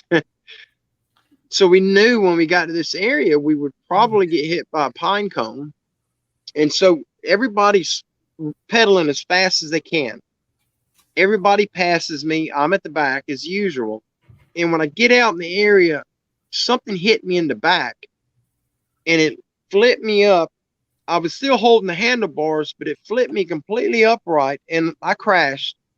Well, I started yelling for Mike and them to come back, and they turned and came back, but there was no sound. Nothing moved in the bushes. There was nobody around us. You could see it's fairly open, but there's a lot of growth. The majority of it's about 3 foot. You can't see the ground, but if there were a person out there, it wouldn't take long. You'd be able to figure out where they were. Well, I was yelling. I thought a bird speared me. But you know what it sounds like? You heard people talk about how they're mediums and they could talk to dead people or see. Oh yeah. See like dead people. It sounds like there's something about you where you're almost like a medium in a way, where these cryptids, there's something about you that they sense. I don't know if they sense that you're friendly or we could take this one. I don't know, but there's something about you that attracts them. There is absolutely something that draws them. Several people that I've spoke to, even this year, are under the impression that it's due to my Native American ancestry. Maybe. My biological father was Choctaw. And have you ever talked to like a medium person or something that to see if they sense something with you by any chance? I talked to a lady in South Carolina, or I don't remember, North Carolina or South Carolina. It was at the reservation. I think it was North Carolina. We went up there, and I did speak to a medium there. It wasn't about the Bigfoot, but I had a lot of ordeals my entire life with paranormal stuff happening. Okay, wherever I was at, things always happened. And I was trying to get answers on that. And she said, "You already know." And I said, "No, I don't. I wouldn't be here talking to you." She said, "You're a beacon because you are a psychic. You're a medium." I said, "No, I'm not." See, there we go. And well, then I ended up years later, we went to it was a conference on the wild hogs. And there was a guy there. And when we walked by, his wife grabs me by the arm. And she said she knew me. I don't know who these people were. And a real nice lady. She wasn't being mean at all. Well, we ended up talking, and she was supposedly a medium. And I'm pretty sure she was, because she said, "You having problems with the paranormal?" I said, "Yeah, I am, but why? Why are you asking?" It just didn't make sense. I'm here to learn about the wild pigs, the new styles of traps, the things we can do to improve on what we were doing for these farmers. But she pegged me out somehow. and she said the same basic thing. She said the afterlife and the other side, which according to her, the other side is not the dead people. It is an entirely different level, different civilization. And she said it's the same as where we're at now, but it's like a completely different line of it. She said it's kind of like colors. If you take black and break it down, it's black, and then it's a dark gray and a light gray. She said all these different colors. Imagine them being where we live in the black one. Well, we got this same environment and 20 different shades of the same color, and different things happen in each environment. Well, you're able to see what's in these other colors, and they're able to see you. And it was just a strange situation altogether. The whole thing was odd. Do you but have somebody's asking, interesting stream, can you post Donnie's channel? Do you actually have a channel? I do. Yeah, it's Standing Goats Rescue. Standing Goats Rescue. Yep, Standing Goats Rescue. And if you search Donnie Miller, most of them will come up. He has tons of videos, just ranging from outdoors videos to scary story time by the saltwater, you know? So you get a wide range from Donnie. Donnie, yeah, we share our life here. Could you finish that that last story, though, with the Sasquatch when you guys were young boys? Oh yeah, I'm sorry. I get sidetracked really. No, we all got sidetracked. I just haven't heard this one, so I just want to add it to my bank of history. You know. Oh yeah, absolutely. Ain't no problem. Well, what happened? And I thought a bird flew into me, and in my mind, I was imagining something like a crow or a seagull. It felt like a big bird hit me in the back, and it was burning, and I thought that the beak of the bird pierced my back and it broke off. There wasn't no bird on me, but I couldn't touch. It was the part that hurt the worst was I couldn't touch it. It was in that void in your back where you can't reach. And so I called Mike over. I said, see if I'm bleeding. I think a bird hit me, but there was no bird on the ground. Mike pulls my shirt up, and he's, oh my God, and he calls Stoney over. Well, they come over there and everybody's flipping out. I said, what is it? You know, what's going on? I'm scared. Nobody's saying nothing. They're calling each other over, and he said it's a handprint. And it went from my both shoulder blades. It was the whole upper part of my back. And he said it is a crystal clear handprint. Just like that. Somebody took their hand like that and just smacked me right in the back.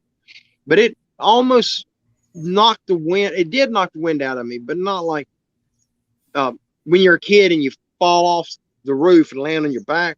It wasn't that hard, but it did knock the wind out of me slightly. I hit the ground. I was able to talk. I started yelling for them to come. But that same spot right there, nothing else happened. We left and everything was good. But that same general area, probably 100 yards from that exact spot, we went camping out there.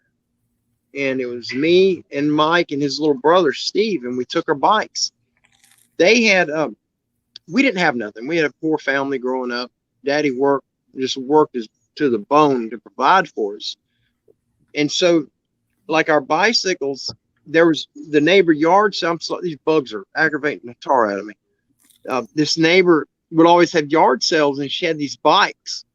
And there was a real nice bike she was selling real cheap. And then there was this clunker. It looked like somebody took 10 different broken bikes and took pieces off each one and made a bicycle. Well, I finally got enough money together to go get it. It was just a few dollars. And I get up there, and Mike and Steve I think Steve got a new bike, and then Mike got the good one that was there. And the only one left was that clunker bike. So I got it. And it ended up actually being a phenomenal bike. They're all BMX bikes. These, what all the kids, the young boys and teenagers always got these BMX bikes, even though they can't do a trick to save their life. Well, we went camping on them. And we get out there, we set our tent up. Well, Mike and Steve got their bikes they put their bikes together against a pine tree right there by our tent, and we're close to that road. That's Stuckey's Run. I mean, we're feet from it, 40 feet, 50 feet, just far enough in. If a truck or something came by, because on the weekend, the older kids get out there partying, and we didn't want them to see us and, cause us grief or just, we didn't want trouble. And we were just far enough off the road that if they come by, they wouldn't have been able to see us. So Mike and Steve's bikes are together against a tree. They got theirs locked up. No, I'm sorry. They didn't have theirs locked up, but they had them pushed together and against the tree. My bike was a piece of junk. I mean, it wasn't worth nothing. And so I just had it just plot, just wherever I dropped it, that's where it stayed. And I just set mine out. Mine's kind of right there in the open, but mine is right there by the tent. I mean, it's just a couple of feet from our tent, and theirs is a little further away. If somebody coming from the road, they could have got in and grabbed those two bikes and left, and we'd have never known. Well, all night while we're camping, we can hear stuff moving around the tent. And every now and then you'd hear stuff hit the tent, real small things, nothing big. But it was all night. And a few times we thought we heard breathing and the grunting sounds. We heard stuff all night. We get up the next morning, we go out, and my bike is gone. These two really nice bikes, one of them's brand new, and the other one is pretty close to it. High-end bikes. Steve's was a bike called the Mongoose, and it was pretty expensive. I don't remember what Mike's was, the yard sale one. But mine was just a mix of stuff. It was spray painted. The seat had paint on it. I mean, it was a jalopy. And somebody stole my bike. And we were freaking out over it. But it was funny because the bike wasn't worth nothing. It was garbage. And they come in and took mine.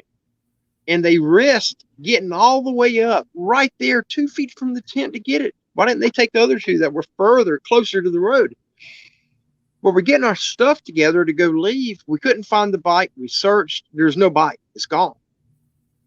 So we're going out on the road to leave. There's a scrub oak right there by the road, 15 foot tall probably, and it's pretty bushy, pretty thick scrub oak. My bike is in the top of the scrub oak. It's laying on top of all the leaves. Like somebody went up a step ladder and just gently, if they would have thrown it, I'm thinking it would have fell through or at least fell into the limbs. It wasn't. It was like it was rested on it. It was the weirdest thing. And we were throwing stuff at it, shaking. We finally got it to fall. But other than hitting the ground and busting the reflector off the pedal, there was no damage to it.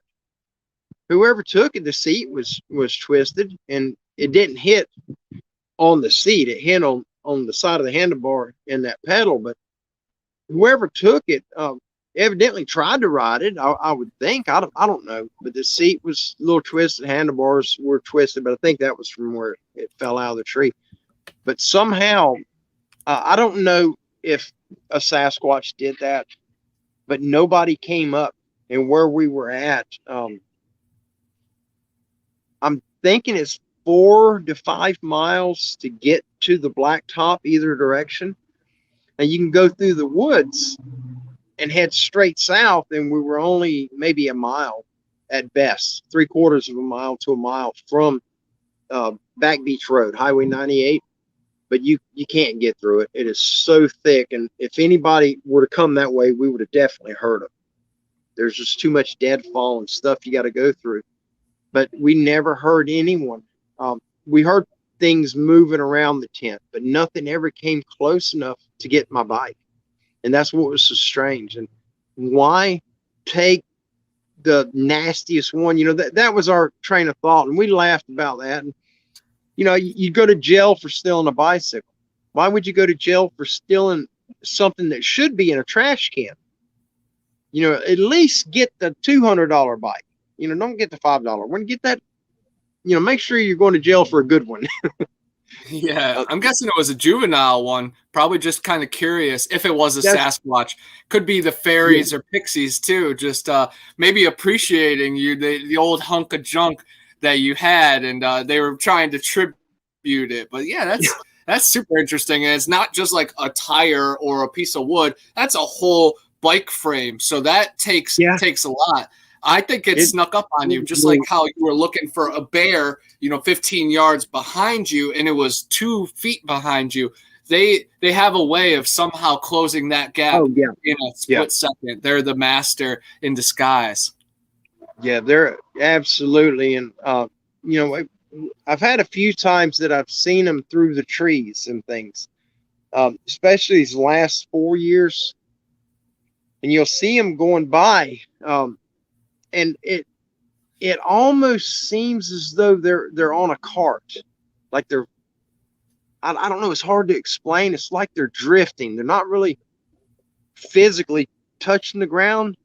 I mean, you can hear the steps, you can see them, but it's like you could balance a champagne glass on top of their head and it never spilled. They move so smoothly. But several times I'd see the movement, and every once in a while, I'll catch one. I'll see the movement, and then there'll be a spot between the trees where they're crystal clear. You'll see the entire body as it goes through, and there's no doubt what it is. Absolutely no doubt. They'll get behind a tree, 60, 70 yards from you. You can focus on it. You never see him again. And you can do a big circle, and he's gone. Just gone. I don't know where. I don't know how they do that. I don't have an explanation for it. I don't know. I wish I did, but there's these last few years, things have been ramping up. People I've talked to, for me personally, they have. We had our lease not too long ago. It was this year. We was out there building the hog trap, and I seen I don't know. I don't even know how to explain it. It looked like a frog, but on 2 legs.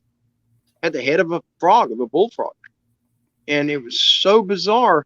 It wasn't very big, a foot tall, maybe, a little over a foot, but he took off running, and it was the most bizarre thing.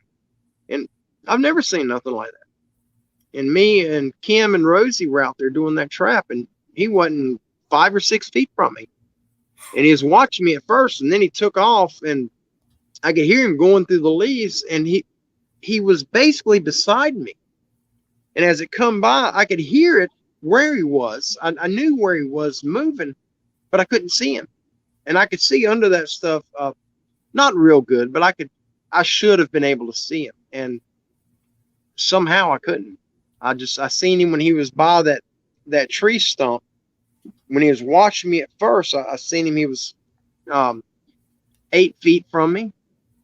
I was putting the camera up, a game camera up, to watch the trap, and he was right, like, straight in line with me. And I don't know what that was. And I've never seen nothing like that. And then I had several people from our YouTube family, from our channel, and I had a good friend of mine, Jeff, my brother Jeff from Georgia, and they sent me video clips from other people that have seen the same type of thing. I don't think it's the same creature, but it's pretty close to it. I forgot to turn my ringer off. I'm sorry. Hey, Eric, you're muted right now. There we go. Oh, shit. I was muted. I saw you talking a few times. I was trying to hit my ear for you. No, it's just somebody in the said, stream.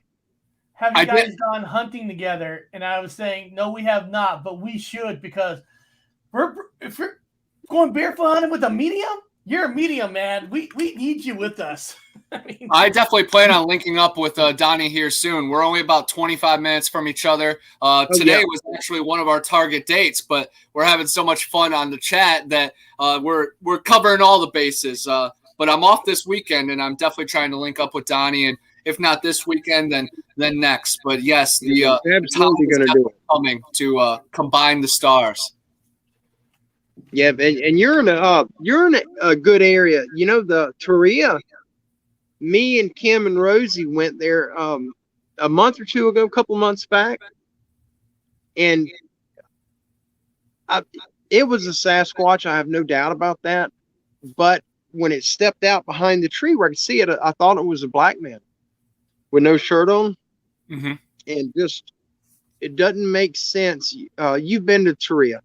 You know how bad it is. You walk 20 feet down the path without touching any bush, and you'll have 15 ticks on you. Oh, yeah. They're horrible in that area. And this dude was out in that mess. And we were on the Turia challenge. We just got on it and went 500 or 600 yards down it. We got to a point I started getting that feeling something was off in a big way. And it was so overpowering, and it kept getting more intense. And finally, I told Kim and Rosie, I said, look, stay right here for a minute, because I don't feel right. Something ain't right. And I told her, so I'm going to go ahead just a little bit further to see if it eases up, because there's a bear, there's something here. We're not supposed to be here. Whatever's here is not going to be good for us. And it was such a bad feeling. It was a feeling of being watched and a feeling of being in danger. It was both of them. And I went ahead probably 50 yards. I didn't want to get far from them in case something was there close. But whatever it was, it seemed like it was focused on me. Yeah, you're the medium. They're attractive to you.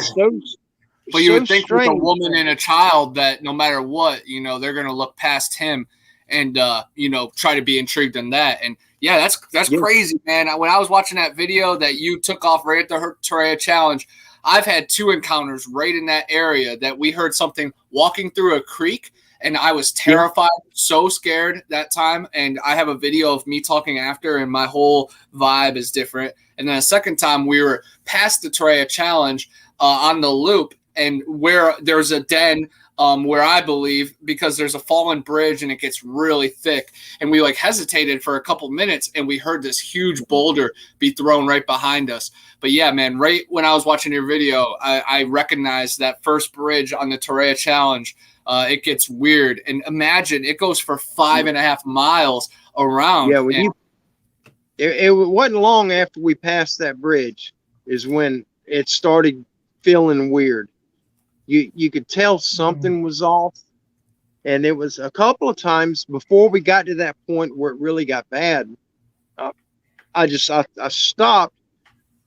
I did not hear nothing, but I reacted as though I would if Kim were to say, "Hey, Donnie, come here a minute." It's when your spouse, your loved one, your girlfriend, boyfriend, whoever it may be, you got somebody there that calls you that you're with every day.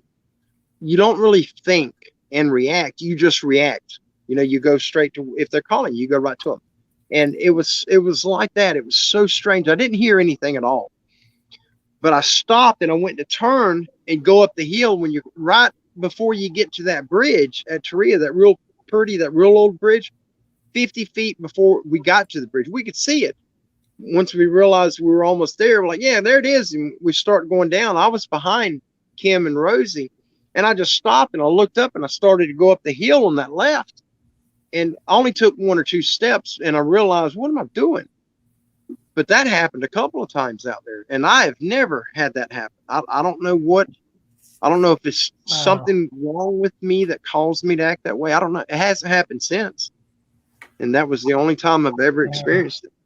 I talked to Stacy Brown just recently at the Florida Bigfoot conference, and he told me there's some huge caves over there, and I think that's where they're hiding out. And I hang out at Ocheesee Landing right across the river from Turia, and it's about 8 minutes from my house, and I take the kayak across Apalachicola River to the backside of Turia, and I'm terrified when I'm over there because I can see my mom across the river, but guess what? She can't save me from anything that's out there. And I think there's dogmen, pixies, and of course the Sasquatch. And there's been the thermal imaging. I've talked to the rangers. They said Campsite 4 is a hot spot. And we're supposed to spend the night one night out there, but we got to get all the permits correct. But definitely got to have you join if we do. We'll come in by the water. There was a question real quick. Yeah, sure. This guy's from Australia. Hero, do you guys think of the Bigfoot as like benefit or benevolent? Because out here in Australia, the Yowie or the wise man or the hairy man are considered protectors. They kidnap kids, but they return them in the same day. Wow, in a day. That's weird. Having Wow. taught them how to forage or hunt. Wow. Uh, I, I don't, I really don't know how to answer that honestly, Me either. because I've had people reach out to me that have had some really good experiences with them, and I mean direct contact. And I've had others that have had encounters far worse than what I went through, to where they actually, had them throwing things, hitting them. I mean, violent encounters. But it seems the ones that I've heard personally, there's been more negative ones than there have been positive. So I don't know. I think it's like the human race. We at one time we were all good, and now there's 40% of humans are good people and good natured, and it's the world's getting horrible. And what if it's impacting them as well? I don't know. No, I wish I true. had. Everybody wants more. They want I more. agree. They want to take everything.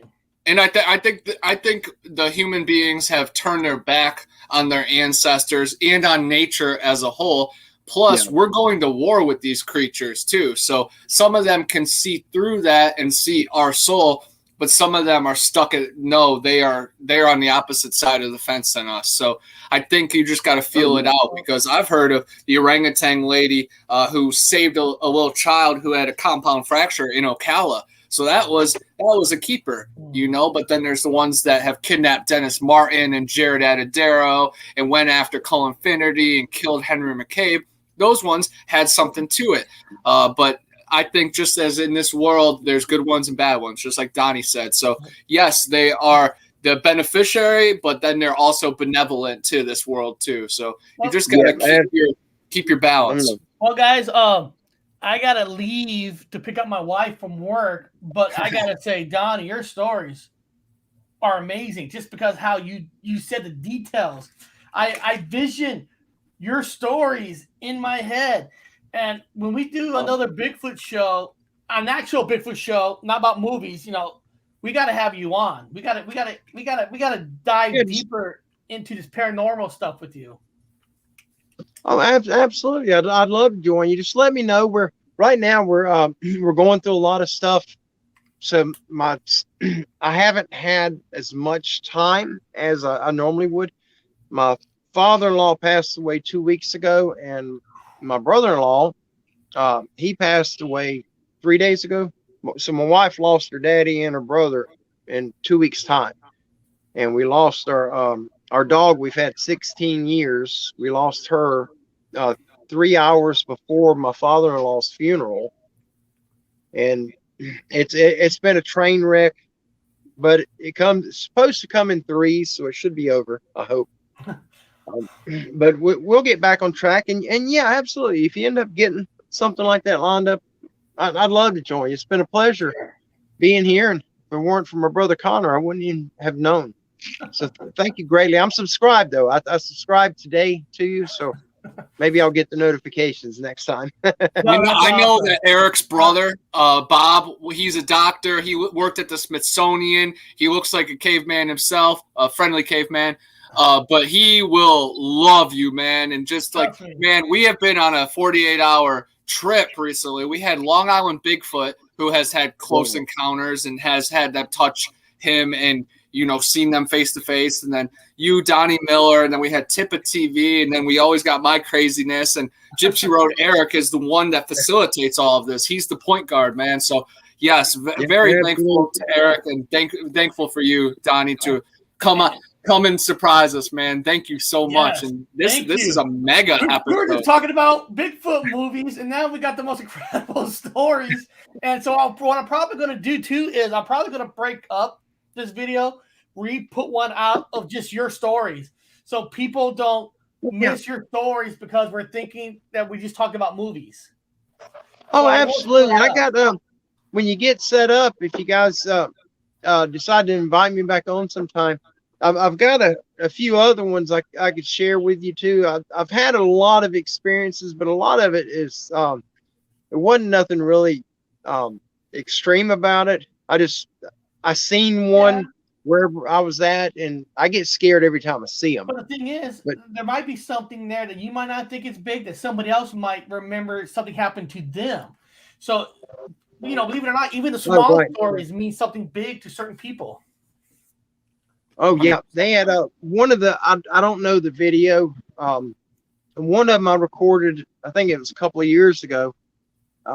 I film all the time, and I was in this area where I do a lot of filming. I get a lot of activity, and I don't go there for the activity. I try to find the evidence to show people what to look for when they're out in the forest with their children or by themselves. And, kind of one of them things where, hey, if you guys see this, pay attention or don't go in the area. That's kind of what I do a lot of. And I was in that area looking for the bent trees where they'll twist branches around trees and kind of form a weird cover around some of the smaller stuff. They take limbs and they kind of weave them around smaller trees. It makes like a basket around them. I was looking for stuff like that, and I heard a limb being thrown at me, but I could hear it coming through the trees, hitting limbs as it was getting closer. And I spun around with the camera just in time to catch it as it hit the ground right there, pretty close to me. And I left when that happened, but I caught that one on video. I don't remember which one it's in, and I got a picture of one I caught. Somebody found it. What we'll do is when we have, we'll pick a good day that works for you. We'll take that video you're talking about and we'll play it on the channel and we'll dissect it. And all right, yeah, we got to get you on with Truth About Paranormal because she's actually a true medium right here. Oh, she wow! Could probably do a good reading on you. That'd be awesome. Heck yeah! And also, if you got an email, Eric, if you could email me your email. I got a picture. It's a screenshot taken out of one of my videos. I filmed the video a few years back, and 6 months ago, I think it was, my brother reached out to me and he said, hey, this guy, I think his name was Steve. He was watching your video. When I was filming this particular day, when I was out there, I got this overwhelming feeling of being watched. I knew there was something there, but I didn't see anything. So I got my camera up and I zoomed in where I was feeling that sensation. And I kept the camera there because I knew where the feeling was coming from. When I get the feelings, normally my mind perceives it as it's coming at me like a flashlight beam, and I'm at the wide end of it. And that feeling, I know I can pinpoint within about 10 foot of where it's coming from. And that's usually how I end up spotting them if there is a creature there. I'll get the feeling and I'll focus on where I'm feeling it at, and I'll eventually find him. Usually this day I didn't see nothing. And so I zoomed in on the area and I didn't see anything. Well, I got home, I uploaded the video, and then 3 years later, which was about 6 months ago, Jeff says, hey, my friend Steve found this when in the video, when you said that something was there, but you couldn't see it. He found it. And it is an amazing screenshot, but I lost the original, the actual screenshot. I zoomed in and I took a screenshot of the zoom in where I could see it. And when my phone died, I don't have the original, but I have the blown up version. It's a little pixelated, but there's no mistake what you're looking at. Well, there's a creature laying there, right there in front of me. I got my email address right here, but in my description on the bottom, my email address is actually in the description of every video. I'll send it to you too, Donnie, just so you have it. Mine is standinggoatsrescue@yahoo.com. Yeah. So beyond that, I do gotta go. I gotta run out of here, pick up the wife, and this was an awesome show this week. I'm having a great time.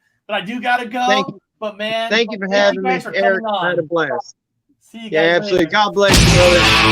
Absolutely. Take it.